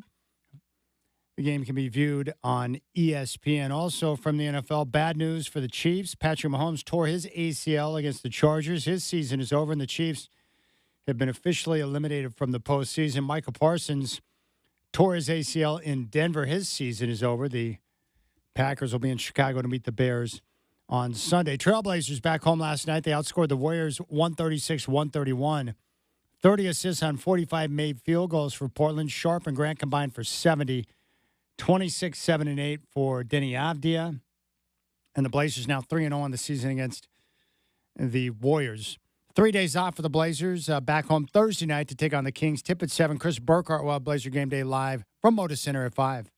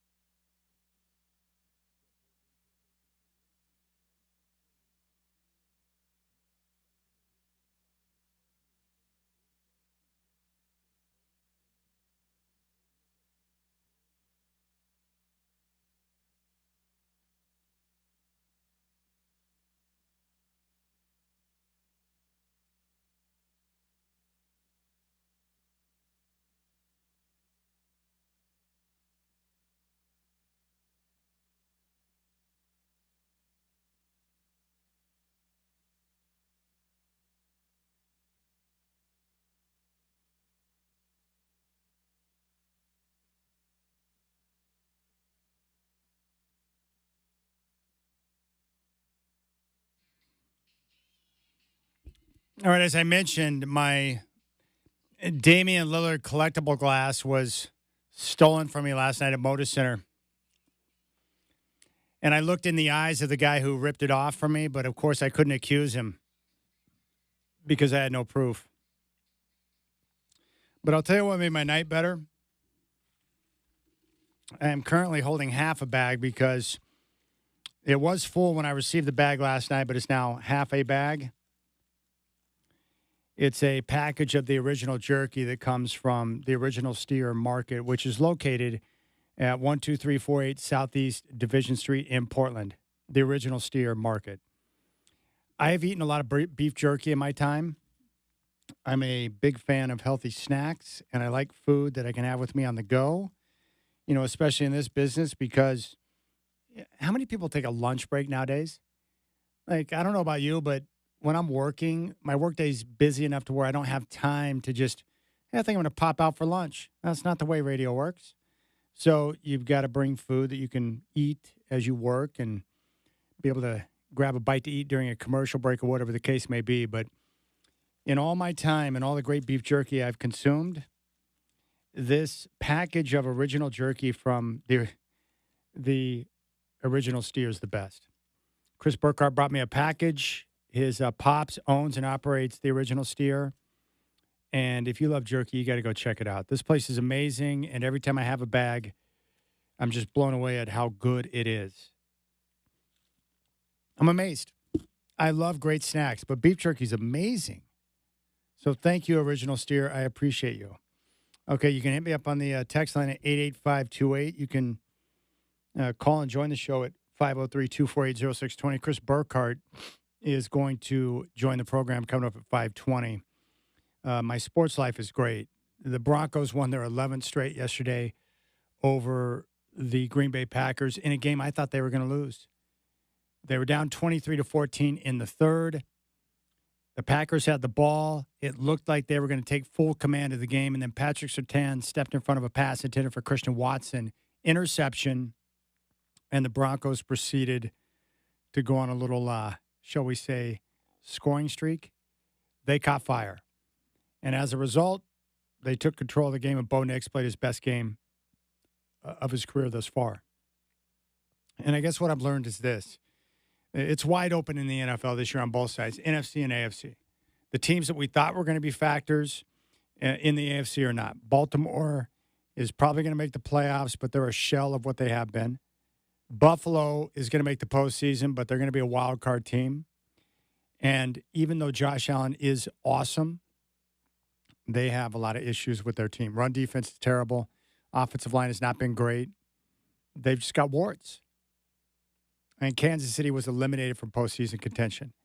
So you now look around the AFC and you're like, well, is it New England? Could it be Jacksonville who's won 5 straight? What about the Texans who have won 6 straight and have the best defense in the NFL? I think those teams are in contention. But what I now know after the game against Green Bay, the last 4 games for Bo Nix, win against the Chiefs, he outdueled Patrick Mahomes. Bye week, he comes out and makes big play after big play for the overtime victory against the Commanders. And then he puts up a very efficient, commanding win against the Raiders. And then he comes out yesterday and plays his best game in his short career, outduels Jordan Love, who had been one of the hottest quarterbacks in football, put up over 300 yards and 4 touchdowns. Did not take a sack. Bo Nix was great, and that defense was awesome. So I now know this. Look, Bo Nix is not where he needs to be yet. He's improving, and Sean Payton's bringing him along slowly. But I now know after yesterday's game that the Broncos are good enough to win a Super Bowl, and they're going to get home field advantage. And the Broncos, come January time, being at home in Denver, it's a major edge. You get the bye week, you get rest, you're playing at home, you got the crowd noise, and you've got arguably the best defense in the NFL. Definitely the best pass rush. The Broncos put pressure on the quarterback. They make them uncomfortable. And what happens is that once that pressure starts to get home, guys turn it over. So I like where Denver's at. That's not a guarantee because, they're young at quarterback. Bo Nix is going to have to go out and prove it. But I now know after yesterday's game that they're good enough to win a championship this year. And as I've said before with any team, there's no guarantee of a next year. So when you get a great look and you put yourself in a position to capitalize, you get home field advantage, you got to make the most of it because you don't know if you're going to get back and get another chance. So I'm pretty excited about what I saw with Denver yesterday. And Bo Nix, as you know, and a lot of you Duck fans are well aware, he is very likable. He's really a good guy, works his tail off, and Sean Payton's got a lot of respect for him. But Bo Nix talked about clinching a playoff spot. This was our first goal. We wanted to get to the playoffs. That's the only way to get further is to make the tournament. So we're excited about that. That was goal number 1. We were able to accomplish that tonight. And then this next week, it's going after goal number 2, and that's worrying about our next opponent and finding a way to get the best out of our season and get the best situation in the postseason. Now, Bo Nix is very robotic in his answers, and I think that's a good thing. He's very even keel, which is nice. He was also asked about, elevating his play when it matters most. What is it about the big moments that you rise to that occasion and play your best? The guys around me do the same. Thought the skill guys, they balled today, and I thought our O-line played as good as they have played, since I've been here. They kept me completely clean. Yeah, he was. No sacks taken. He stayed clean. He was terrific. Sean Payton, that's a confident man right there. And he was really happy. And Sean Payton, talked about, during the course of that game, he had to look up. He forgot the scoreboard or something. I mean, this is the first time I've coached a game where maybe twice I had to look up the scoreboard to see who was up 2 or 3. I knew someone was up 2 or 3.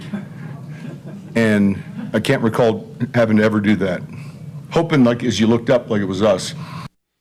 Yeah, Sean Payton's a great coach, but his arrogance annoys me from time to time.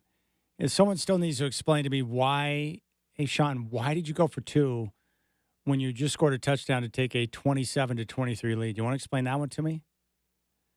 You also talked about clinching a playoff spot. It's nice to clinch a playoff berth. Goal 1 is try to go win your division. Goal 2 is try to get the best seed. And then goal 3 is, try to win a world championship. And so we still haven't really accomplished 1, 2, or 3. So remember, 1 is win the division. So we're still going. All right, let's go out to the phones. Mitch in New Jersey is joining me once again. Mitch, what's on your mind? How's it going, Chad? Happy holidays to you and your family. I'm sorry to hear about your brother. Thank you. Yeah, and also, yes, it was an awful day. 17 as 17 of my people. It's terrible. It should happen anywhere, anywhere in the world. But we kind of spoiled here. This NFL, it's been incredible games. There's like 4 good teams in each league that are really taking. I mean, you're Denver, New England, of course, but everybody's forgetting the Chargers and Jacksonville, both 10-4. It's hard to imagine. I think both. What's Buffalo? 8-5, 8-6, something like that. What's Buffalo's defense? Even with Bosa, Buffalo's 10-4. They're 10-4. Yeah, they're 10-4 too. Their defense, you can score on them.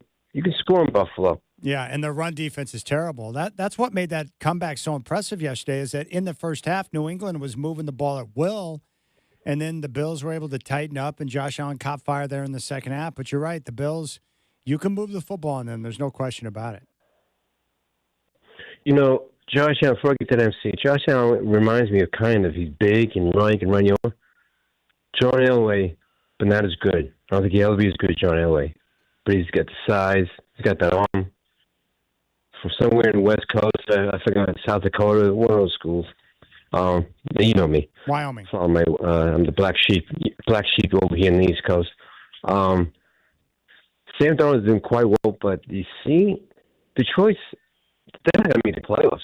And they have one of the best wide receivers in Amon-Ra St. Brown. He's a Saint already. He's having a heck of a year, but the Rams picked this wide receiver, and he wasn't even a first-round pick, Puka Nacua. That's a steal. If the Rams probably win, I bet you he retires. And maybe they go after Joe Burrow. Might cost 2 or 3 first-round picks, but Cincinnati doesn't want to retain great quarterbacks like Boomer, Carson Palmer. I think now it's be Joe Burrow. I mean, why have a team? I mean, there are other cities that will take a team if you're not going to pay for keep talent there. No, you're but anyways, it's going to be a heck of a race. And these Thursday games, it's not fair. I can't see because I don't have Amazon. But to have a great game like Seattle and the Rams playing for the number 1 seed and everything. Mitch, did you just say you couldn't watch the games because of Amazon? I don't have Amazon for Thursday. I'm not paying more money. No, wait a second. I'm not going to give any more money hold on. TV. Oh, so you don't? Sure. You're not. I'm not going anywhere. No, hold on. You don't have Amazon Prime? Nope. Huh? That's how much more will it cost me? I got too much expense. I'm paying. I'm kind of. When I have my grandson in 11 days, then I'm pretty much. I know, but Prime. But Mitch, Prime will only cost you like $14 a month, and you get free shipping, and you get access to Thursday Night Football. I didn't realize it was that with free shipping and all that stuff. I got to discuss it with the crew here, at least for next year. What do you mean you have to discuss it with the crew? Mitch, you're a man. You can make your own decision. But yeah, I think I only pay like $15, $14 a month for Prime, and that gives you access to Thursday Night Football, and you get free shipping when you order something from Amazon. That's a good. That's good because my daughter uses a lot of the Amazon. She gets packages every day. I don't get anything. Well, I don't get it. So your daughter has Amazon Prime? Thanks for this for. Well, then get your daughter's login. Oh, Mitch, come on, Mitch. Let me tell you how this works real quick, okay? Okay, first off, Amazon Prime is like $14 to $15 a month, or maybe it's $16.25. But by paying that, anytime you order something off Amazon, you get free shipping, okay? How often do you order something where you got to pay for shipping and it's a bunch of nonsense? So it immediately pays for itself. But with that small cost per month, not only you get the free shipping, you get Thursday Night Football. Now, if you're like some of my friends and you're really cheap, just ask your daughter for her login for Amazon and then put Prime Video on your phone, put her login, and then boom, you get access to Thursday Night Football. Mitch, what else do you need from me? Look, I have access to Netflix. Never paid for it in my life. I have no idea how I'm getting free Netflix, but it's from somebody's password. Sharing is caring. Your daughter will have. How often do you watch her kids? All the time? The least she can do is give you her Amazon login information to give you access to Thursday Night Football, Mitch. Come on, man. Get with it, Mitch. Is there anything else you need to know? 503-248-0620. Chris Burkhardt is going to join me in the studio next.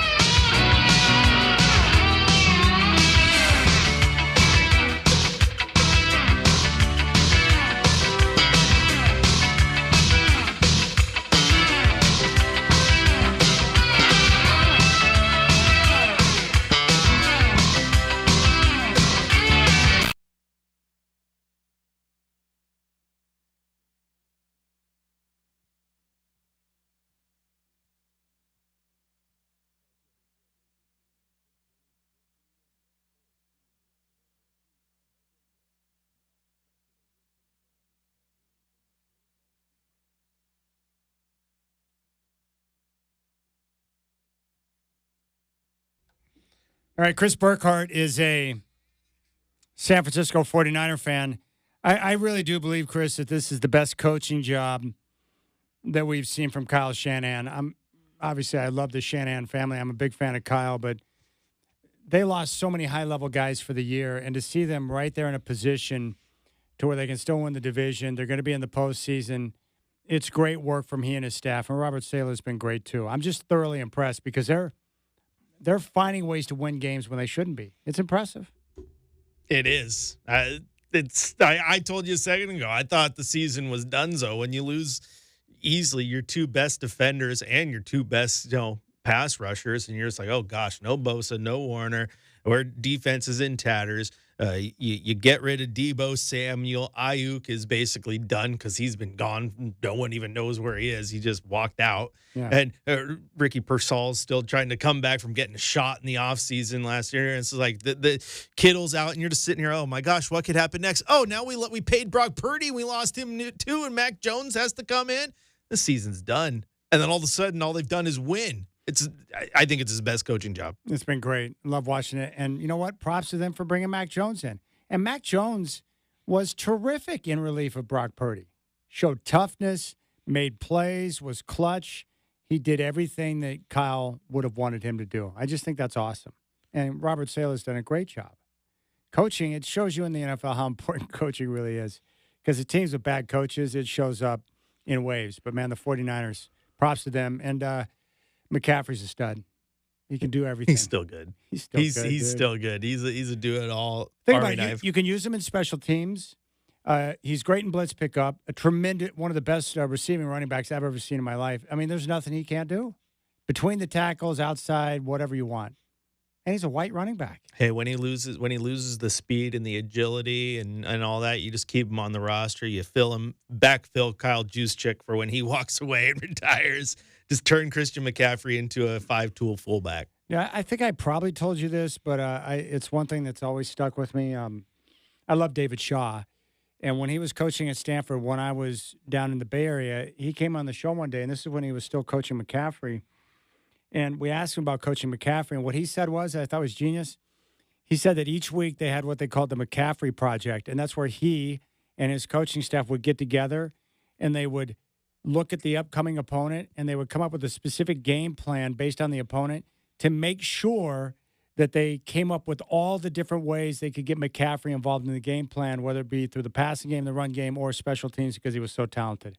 It's like they knew that they needed to have a separate meeting and a focus because they wanted to take full advantage of having a player of his caliber in McCaffrey. It's the Stanford version of the Jordan rules. Yes. You get the rules of how to defend Michael Jordan. It's the rules of how to use Christian McCaffrey against this team. I just think that's great because he's so ultra-talented. But so the 49ers have been impressive. And what did you just tell me about Bo Nix when you came in before we jumped on air? I was telling you about Bo Nix because you brought up the fact that he doesn't get a ton of recognition sometimes for the fact that he's gone and outdueled some great quarterbacks and he's getting wins. And I just noticed that people are real slow to come off a take, Oh, absolutely. I always tell people, Chad, and I'm sure you're the same way.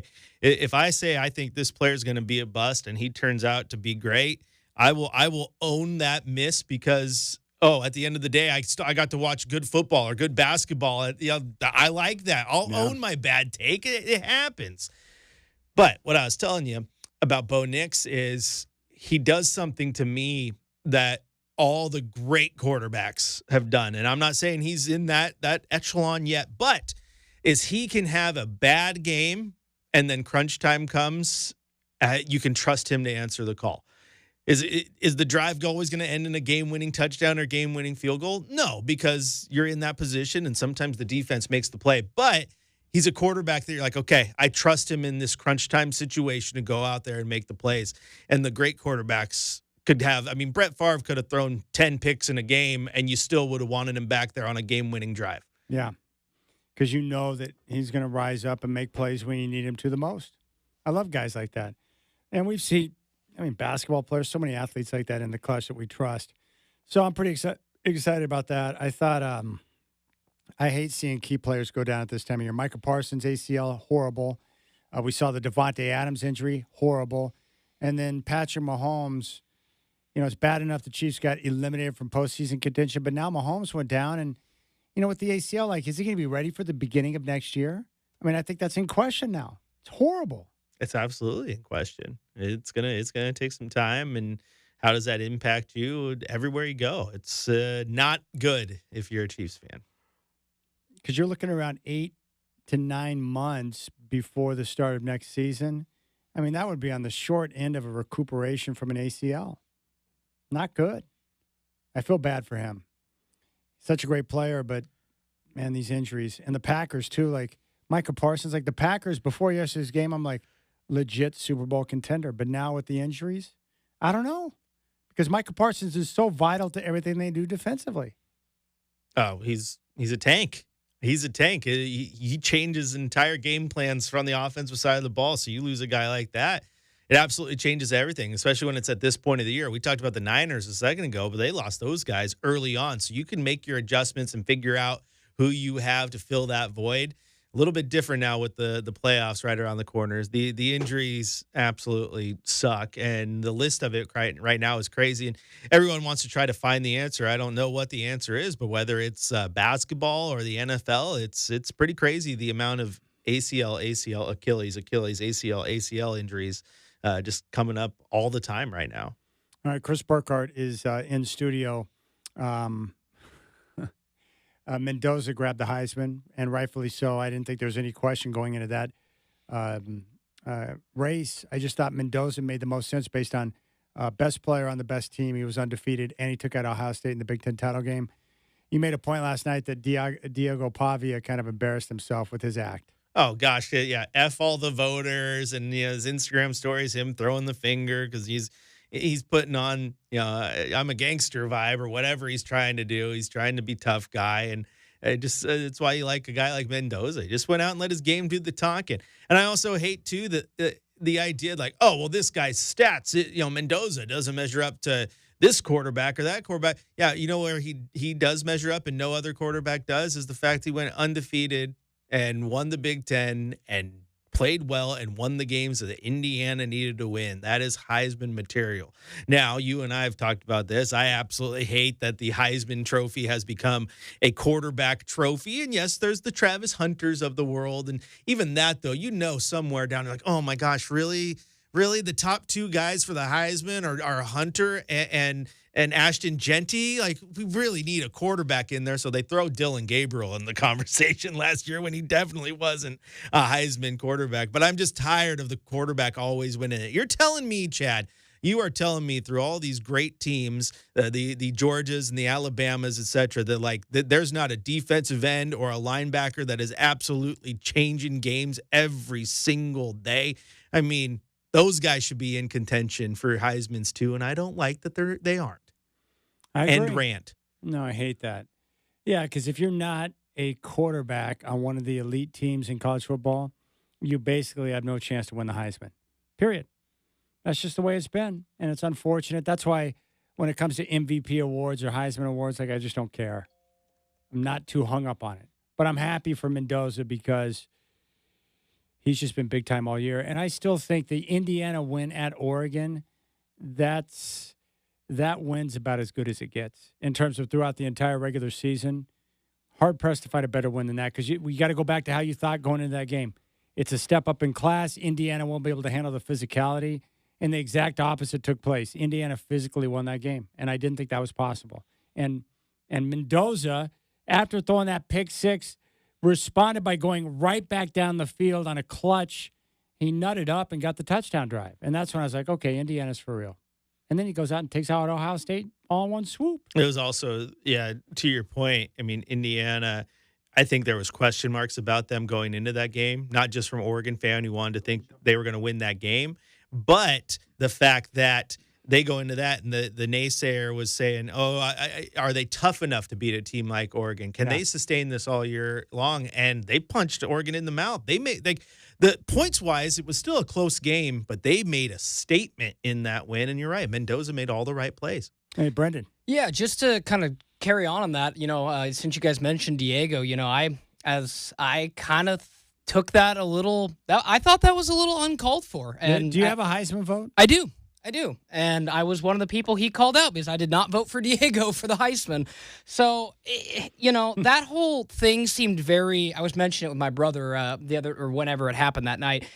It just seemed very unclassy to me. And I'm not, I think Vanderbilt's done some great things and so on and so forth.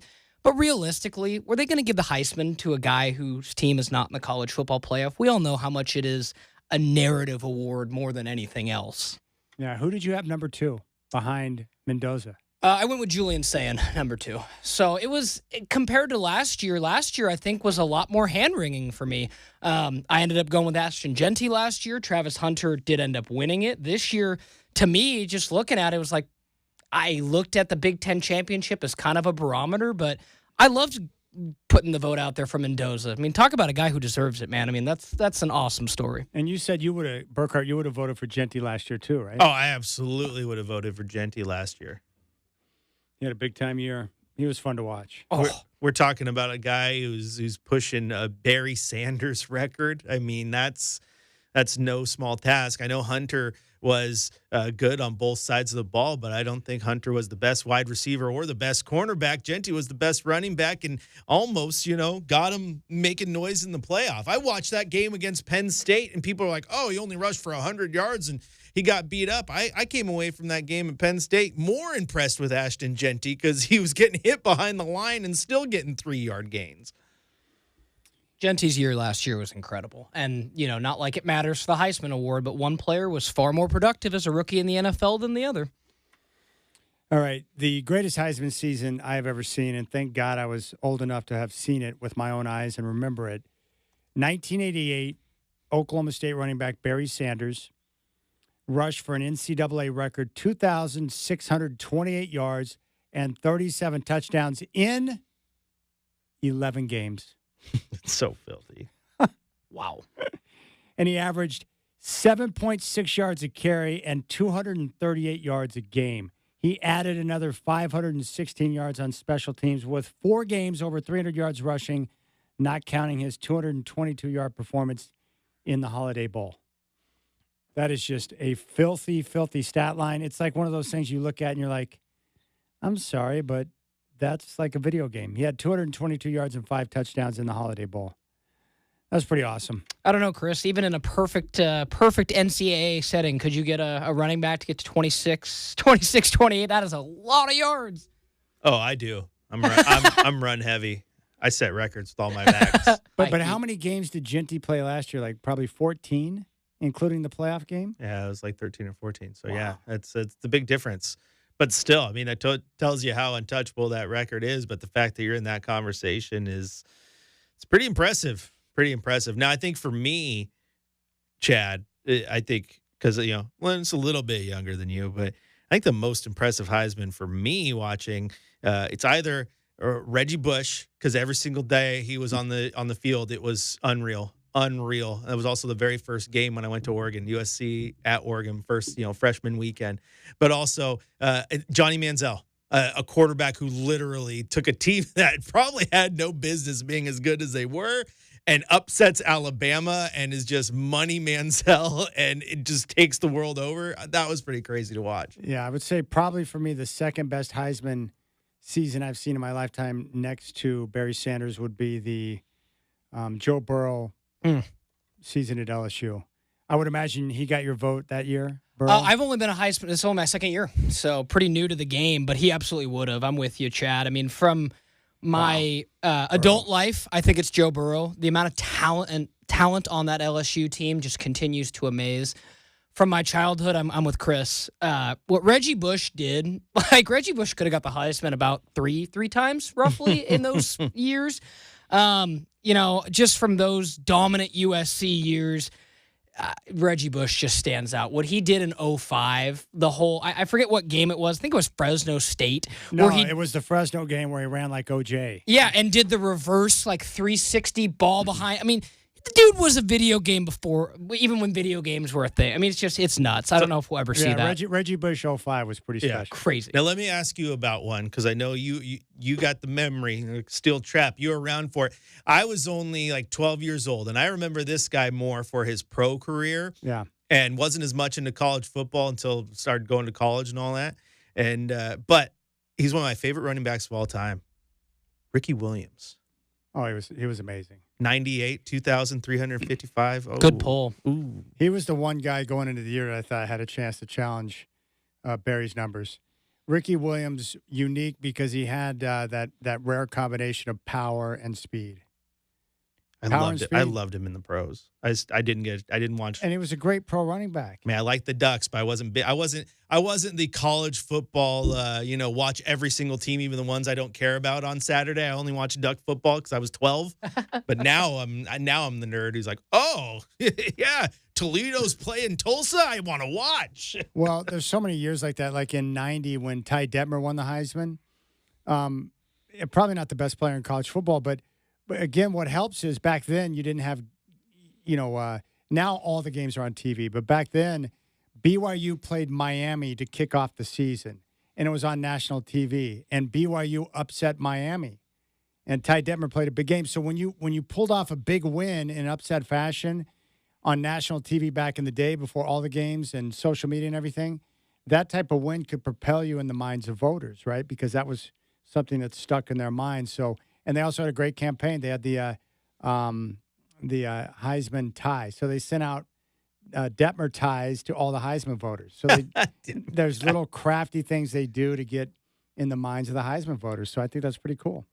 I still like Charlie Ward winning a Heisman and then going on to be a spectacular NBA player. Oh, I love it. And I loved, I've had a chance to interview Bobby Bowden a couple times, but just the way he said, Charlie Ward. And but Charlie Ward was a sensational talent. He was so much fun to watch at Florida State. And you're right. Then all of a sudden he's like right there with the Knicks playing basketball. And I'm like, what in the world's going on? I mean, that's pretty impressive. You win a national championship as a quarterback in college and you go on to the NBA. And that means you're a badass. But that Florida State team was great. Oh, that was good. And that year in '93 when they won it, they beat Nebraska in the Orange Bowl. They lost to Notre Dame in South Bend that year, and Notre Dame was in position to go win the national title, but then they collapsed at the end of the game to Boston College the following week, and that allowed Florida State to get into the national title game. Crazy year. This is what I'm talking about. Mind like a steel trap, Brendan. Dude. And just adding this onto the conversation, fellas, I'm curious if this ever changes. The highest first place votes, like the player who just dominated the field, right, and left everybody in the dust. Joe Burrow got 94% of the first place votes that year. Reggie Bush, second place, 92%. Then it goes from there. But kind of interesting to see the few that have just cleared the competition. Let's see here. Let's pull up the Joe Burrow stats. They're pretty impressive. All right. Joe Burrow, 2019 for LSU. 60 touchdowns, 5,671 yards, completed 76% of his passes in 15 games, added 3 rushing touchdowns for over 5,000 total yards, leading LSU to a national title. Wow. I mean, that was... And I watched that game popped up on my YouTube deal the other night. They played Clemson in the national title game, Trevor Lawrence. That was a good Clemson team. They kicked their ass. Took them behind the woodshed, man. Dude. Do you see over the last few days, I'm trying to find it here, but like LaMichael James talking about the Heisman and roasting himself. Oh, he did? No, he was roasting himself. He lists like all the Heisman guys, picture with him. He's like, yeah, one of these things didn't belong there. Like he's just like roasting himself for making it. Dude, I still say that year, 2010, that LaMichael had when they went to the national title game, that's one of the best years. He was freaking amazing that year, LaMichael. Gosh, he was so good. He was so good. It's one of the best seasons I've seen from a running back in college. He was epic. He was filthy. I think he had over 1,700 yards rushing that year. Wow, he was great. Yeah, there's a picture of him sitting here. It has Cam Newton, Andrew Luck, LaMichael James, Kellen Moore, and it has all their stats. And LaMichael quoted it with, "I was the kid who put his name on the group project and got an A." That's so good. All right, we'll keep things rolling. Chris Burkhardt in studio. Courtside Monday coming up at 6. You got the Rip City Drive.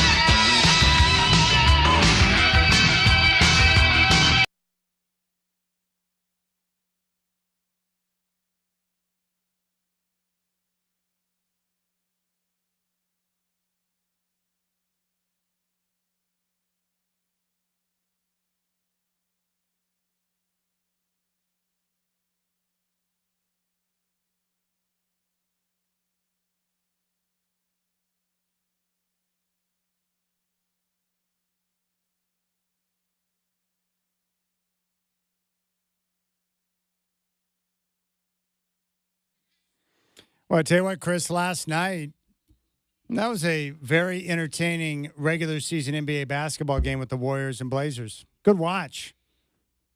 It was wonderful. Yeah. The vibes in the arena were good. Fans were pumped up. For some reason, they got Golden State's number. It's always fun when you see a little bit of history. I mean, it was the first time ever in franchise history, 2 players, 35 points with 5+ 3-pointers each. Like, that's incredible. Watching Steph hey, yeah, he's still got it. He's still really good.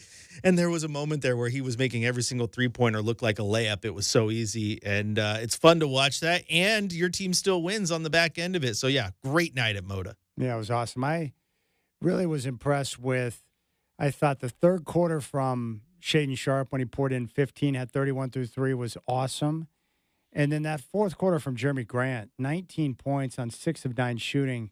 You know, the Blazers in the quarter were 13 of 20 from the field, but Jeremy Grant's shot making is what kept them within striking distance when Steph Curry was going through his flurries of threes. I just thought Jeremy Grant was clutch last night. So fun to watch. It was fun to watch, but what made it even more impressive, Chad, was the fact that Steph had, 21 in the fourth. He was going off too. And every single time it felt like that was going to be the backbreaker, Jeremy Grant answered it with a big shot of his own. Like, he was going blow for blow with one of the best to ever do it. And that made the performance that much greater in my eyes. Yeah, that was pretty awesome. Good effort. And the good news is for the Blazers, the schedule is starting to open up now. It's going to get easier. And we don't have an exact time frame yet, but it sounds like Drew Holiday is going to be back real soon, possibly Thursday. Matisse Thybulle's not far away. And then, you know, we're now mid-December, so the Scoot Henderson news update should be coming soon. We know he's been working out and progressing, but he's not far off. So the good thing is I believe that their best basketball is still ahead of them once they get their bodies back in the lineup. Yeah, I agree. And, I mean, with Scoot, we're getting close. I think a lot of us thought within the inner circles that January was really where we'd start circling dates on the calendar. So he's getting there, but if you get him back, you get Drew back, you get Matisse back. That's huge. And you talk about the schedule, Chad. I mean, this team played Oklahoma City 3 times before they flipped the calendar to December, and they still got to play them one more time in 2025. That's crazy. But on this back end, I mean, you look at 2 games coming up against Sacramento. That's a team that's 6-20 on the year. They're not playing well. They still got Clippers on the schedule, the Jazz. And you look at the Eastern Conference right now, the 4 worst teams in the Eastern Conference. Charlotte at 8-18, the Nets at 7-18, and the Pacers and Wizards, who have 6-4 wins respectively. And the Blazers still have 2 games against all 4 of those teams left on the schedule. You take that with getting healthier, and there should be some wins in the future. Yeah, I'm pretty excited about that. That was a good effort last night, and I continue to be impressed by the young guys who are getting an opportunity to play because we've seen Caleb Love and Sidy Cissoko, and even most recently in the road game, I think in New Orleans, Ryan Rupert, guys making a contribution when they get an opportunity to play. And so now at least if you need to call up on one of those guys once they're healthy again in the future, someone else goes down, at least the coaching staff has a better idea of what they can do, but those guys will come in with more confidence. We talked about Toumani Kamara's rookie year, right? He was the surprise. Who's surprised you most? Oh, Toumani Kamara, he's jumped on the scene. Right now, I think the biggest surprise of this season has been Sidy Cissoko. He came in, he's one of those two-way guys, and is he going to play? Is he end of the bench guy? I think as this team gets healthy, there's not going to be minutes for Ryan Rupert. I think there's going to be very, very little, if any, minutes for Chris Murray. But Sidy Cissoko, I think, has kind of forced his way into the rotation at some point. And what impresses me about him, Chad, is he was starting at point guard for a handful of games when, everyone's hurt. And then you can play him at center and power forward and small forward. He came in last night. He came in for Donovan Clingan when they went small late in the game. And he's playing multiple positions, defending well. And I don't know if you saw on social media, but Tiago Splitter brought in a new post-game trend, he said. It's the box. And if you were the defender of the game, you get to put your name in the box, and there'll be an award at the end of the year for the guy whose name's in there the most. And the very first player to put his name in the box, he was the defensive player of the game last night, Sidy Cissoko. Gosh, that's awesome. He's been incredible. he made a couple of key plays last night, and he had one assist, and the one assist was on a great sequence there in the second half where the Blazer ball movement was good. Sissoko made the extra pass to Grant for an open three, and he nailed it. That's the right play. Is that the one where it's like the pass is like almost over his head and he's almost going out of bounds, and it was just enough hand on the ball to control it back over his head. Yep. It was just ball knowledge. And I saw him get into a verbal spar with Steve Kerr too, which I respected. I love it. I love that Spurs Twitter is loving the fact that Thiago and City, who was a Spur for a minute, are having success. It's great. All right, Monday Night Football, no score right now with the Steelers and Dolphins in Pittsburgh. Chris Burkhart's got Courtside Monday coming up next, and I'll be back tomorrow with the Rip City Drive at 3 o'clock. Appreciate you all, and big thanks to Brendan Slaughter. You guys have a good night, and I'll talk to you tomorrow.